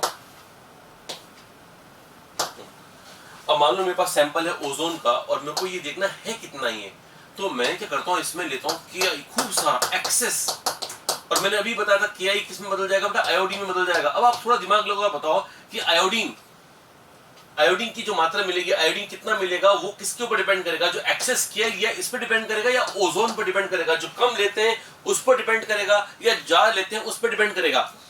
भाई सिंपल सी बात है, हमारे को कोई भी रिएक्शन करवानी है तो जो सबसे मिनिमम अमाउंट है उस पर डिपेंड करेगा ना कि कितना रिएक्शन आगे बढ़ेगी। गाड़ी में पेट्रोल कितना है वो डिसाइड करेगा ना कि गाड़ी कितना चलेगी। भाई सिंपल सी बात है, ठीक है ना। अगर मान लीजिए घर पे मेहमान आए और हमारे को उनको चाय पिलानी है, दूध भी है, पानी भी है, बाकी सारी चीजें भी हैं, लेकिन दूध बहुत कम है, तो सिंपल सी बात है दूध के प्रोपोर्शन में तो चाय बनेगी। तो दूध कम होगा तो उतने, मान लीजिए दूध आधा कप है और हम सोच रहे हैं कि हम तो 10 कप चाय पिलाना चाहते हैं, तो भैया लाना पड़ेगा बाहर से दूध, है ना, नहीं तो पानी मिलाना पड़ेगा। That will not be a चाय, है ना, उससे अच्छा पानी पिला दो उनको। अगर आप चाय पिलाना चाहते हो तो चाय पिलाने के समय चाय बनाने के नियम फिक्स रखो कि 1 कप चाय बनाने के लिए आधा कप दूध चाहिए। तो इस हिसाब से अगर आपके पास 1 ही कप दूध है तो आप समझ सकते हैं चाय आपको 2 कप से ज्यादा नहीं मिल सकती। एकदम सही वाली चाय, ऐसा नहीं बेकार वाली चाय, वो नहीं। मैं तो बिल्कुल ही नहीं पीऊंगा, कभी आप घर पे बुलाने की गलती कर मत देना ऐसी चाय बनाकर, ठीक है ना। मजाक कर रहा हूँ लेकिन जस्ट बता रहा हूँ आपको समझाने के लिए। इसको लिमिटिंग रिएजेंट से समझते हैं अपन। आपने नाम सुना होगा शायद, लिमिटिंग रिएजेंट, सीमांत अभिकर्मक हिंदी में बोलते हैं, लिमिटिंग रिएजेंट इंग्लिश में। मैं उससे बता रहा हूँ कि जो ओजोन है वो यहाँ पर लिमिटिंग है, KI एक्सेस है, तो जो बनेगा आयोडीन वो इसके हिसाब से बनेगा ना। अब मुझको आयोडीन का अंदाजा लगाना है कि आयोडीन कितना बना है, तो मेरे को ओजोन का अमाउंट का आइडिया लग जाएगा। लेकिन आयोडीन का खुद का अनुमान हम जो लगाते हैं, आपको मैंने बता चुका हूँ, आयोडीन का अंदाजा किससे लगाते हैं, आयोडीन का अनुमान किससे लगाते हैं, तो आयोडीन का अनुमान हम लगाते हैं हाइपो से। हाइपो भूल गए हो सब, ऐसा मैं समझता हूँ, जानता हूँ, मानता हूँ, क्योंकि मैं जब क्लास में पूछता हूँ तो लोगों को हाइपो का फॉर्मूला तक याद नहीं रहता, मैंने बोर्ड पे चला कर लिख दिया है। ऑनलाइन क्लासेस के अंदर ये है कि लोग जो है ना, कई सारे लोग बच जाते हैं, है ना, उस बेइज्जती से या उस, है ना, क्या बोलते हैं, क्वेश्चन से, मेरी वो निगाहों से बच जाते हैं, जो क्लास के अंदर बच नहीं पाते हैं। ये फायदा है आपको ऑनलाइन क्लास का कि हाँ चलो ठीक है, कोई बात नहीं सर, कोई बात नहीं, अपन तो छुप के बैठे हैं, सर को क्या पता चल रहा है, वो तो ऑनलाइन मस्त हो रहे हैं पढ़ा के, ठीक है ना। हम यहाँ पे बैठे बैठे क्या हमको याद करना है नहीं करना है, वो तो हम खुद के बादशाह में, और ठीक है मजे कर लो बेटा, लेकिन कभी ना कभी तो ऊँट पहाड़ के नीचे आएगा, कोई बात नहीं। आयोडीन हाइपो के साथ जब रिएक्शन करता है, सुनने ना, आयोडीन हाइपो के साथ जब रिएक्शन करता है तो मैंने आपको समझाया था कि इस रिएक्शन से हम आयोडीन का एस्टिमेशन करते हैं। तो हाइपो डाल के एस्टिमेशन करते हैं। रिएक्शन क्या थी वो वहां देख के लिख देना, मैं रिएक्शन में लिख देता हूं। NaI था प्लस Na2S4O6 सोडियम टेट्राथायोनेट बनता है, ये बनता है। लेकिन मेन बात ये है, इस पूरी रिएक्शन से मैंने किसका अनुमान लगाया, मालूम, मैं ओजोन का अनुमान लगा लिया। ओजोन कितना है, इसको बोलते हैं ओजोन का क्वांटिटेटिव एस्टिमेशन। मैं रिपीट कर रहा हूं, ओजोन का क्वांटिटेटिव एस्टिमेशन कराने के लिए मैंने सबसे पहले क्या दिया, एक्सेस KI, थोड़ा मोटा KI नहीं, खूब सारा KI, एक्सेस KI से आयोडीन में बता। लेकिन आयोडीन को अंदाजा किससे लगाया, आयोडीन का अंदाजा लगाया मैंने हाइपो से, ये खास बात है। तो कुल मिलाकर बाहर से मैंने क्या क्या लिया, नंबर 1 ये लिया बाहर से और नंबर 2 ये लिया बाहर से। यानी कुल मिलाकर अगर आपको ओजोन का मात्रात्मक विश्लेषण यानी कि क्वांटिटेटिव एस्टिमेशन करना है तो पहले तो लेना पड़ेगा एक्सेस KI लेने के बाद में सेकंड नंबर पे लेना पड़ेगा हाइपो। इन दोनों रिएजेंट से आप कर देंगे। अब जिनको मेमोराइज करना है वो एक लाइन रट लो, याद कर लो ढंग से कि ओजोन का एस्टिमेशन करने के लिए हमें 2 रिएजेंट चाहिए। पहले नंबर पे चाहिए एक्सेस KI और सेकंड नंबर पे चाहिए हाइपो सॉल्यूशन। यानी कि अगर आपको लिखना चाह रहे हैं, हिंदी मीडियम वाले लिखना चाह रहे हैं, तो ओजोन का मात्रात्मक विश्लेषण करने के लिए 2 अभिकर्मक हम प्रयोग करते हैं। पहला तो है आधिक्य में लिया गया KI और दूसरे स्टेप में हम लेंगे हाइपो का विलयन यानी कि hypo solution. Right, I hope आप सब लोगों को समझ में आ गया होगा। We get back to the first point now. ये तो मैंने कर लिया था। चलो ये भी अपन ने कर लिया है। तो आज अपन ने जो भी रिएक्शंस करी हैं आई होप आपको क्लियर हुई होंगी। मैं चाहता हूँ कि उन रिएक्शंस को बढ़िया ढंग से रिवाइज करो, है ना। हिंदी और इंग्लिश को अपने उस पर मत आने दो, अपने टेक्निकल एस्पेक्ट को मजबूत रखो। ये लैंग्वेज वगैरह कोई चक्कर नहीं है ना, लैंग्वेज वगैरह में उलझने की जरूरत नहीं है, ठीक है ना। हालांकि अभी तक पूरे सिस्टम्स के अंदर जैसे जो मेरे को वापस फीडबैक मिला, वो कुछ बच्चों ने तो काफ़ी मुझको मतलब एकदम इमोशनल टाइप लिखा कि सर हम तो पहले हिंदी मीडियम में थे और अब ये वाला वीडियो देख रहे हैं तो हमारे को दोनों मीडियम का मज़ा आ रहा है। कुछ इंग्लिश मीडियम वालों ने बहुत मज़ेदार कमेंट लिखे कि सर मज़ा आ गया, हमारे को तो ये चीज़ मालूम ही नहीं थी कि इसको ऐसा बोलते हैं। इट्स वेरी गुड कि आपको अच्छी लर्निंग कर रहे हो आप। तो जो लोग इसको लर्निंग की तरह ले रहे हैं बहुत अच्छी बात है ना।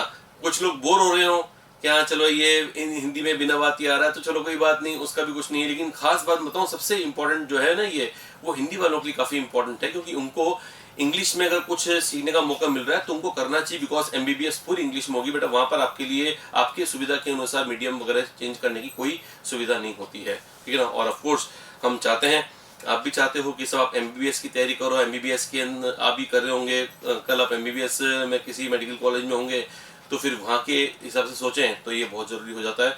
हालांकि ये बहुत बेसिक लेवल की चीज़ें हैं, इतना मैं हाइपर करके नहीं बताना चाह रहा हूँ कि हाँ ये करोगे तो MBBS हो जाएगा, लेकिन जस्ट एक उसके अंदर कुछ नुकसान वाली बात किसी मीडियम को नहीं है।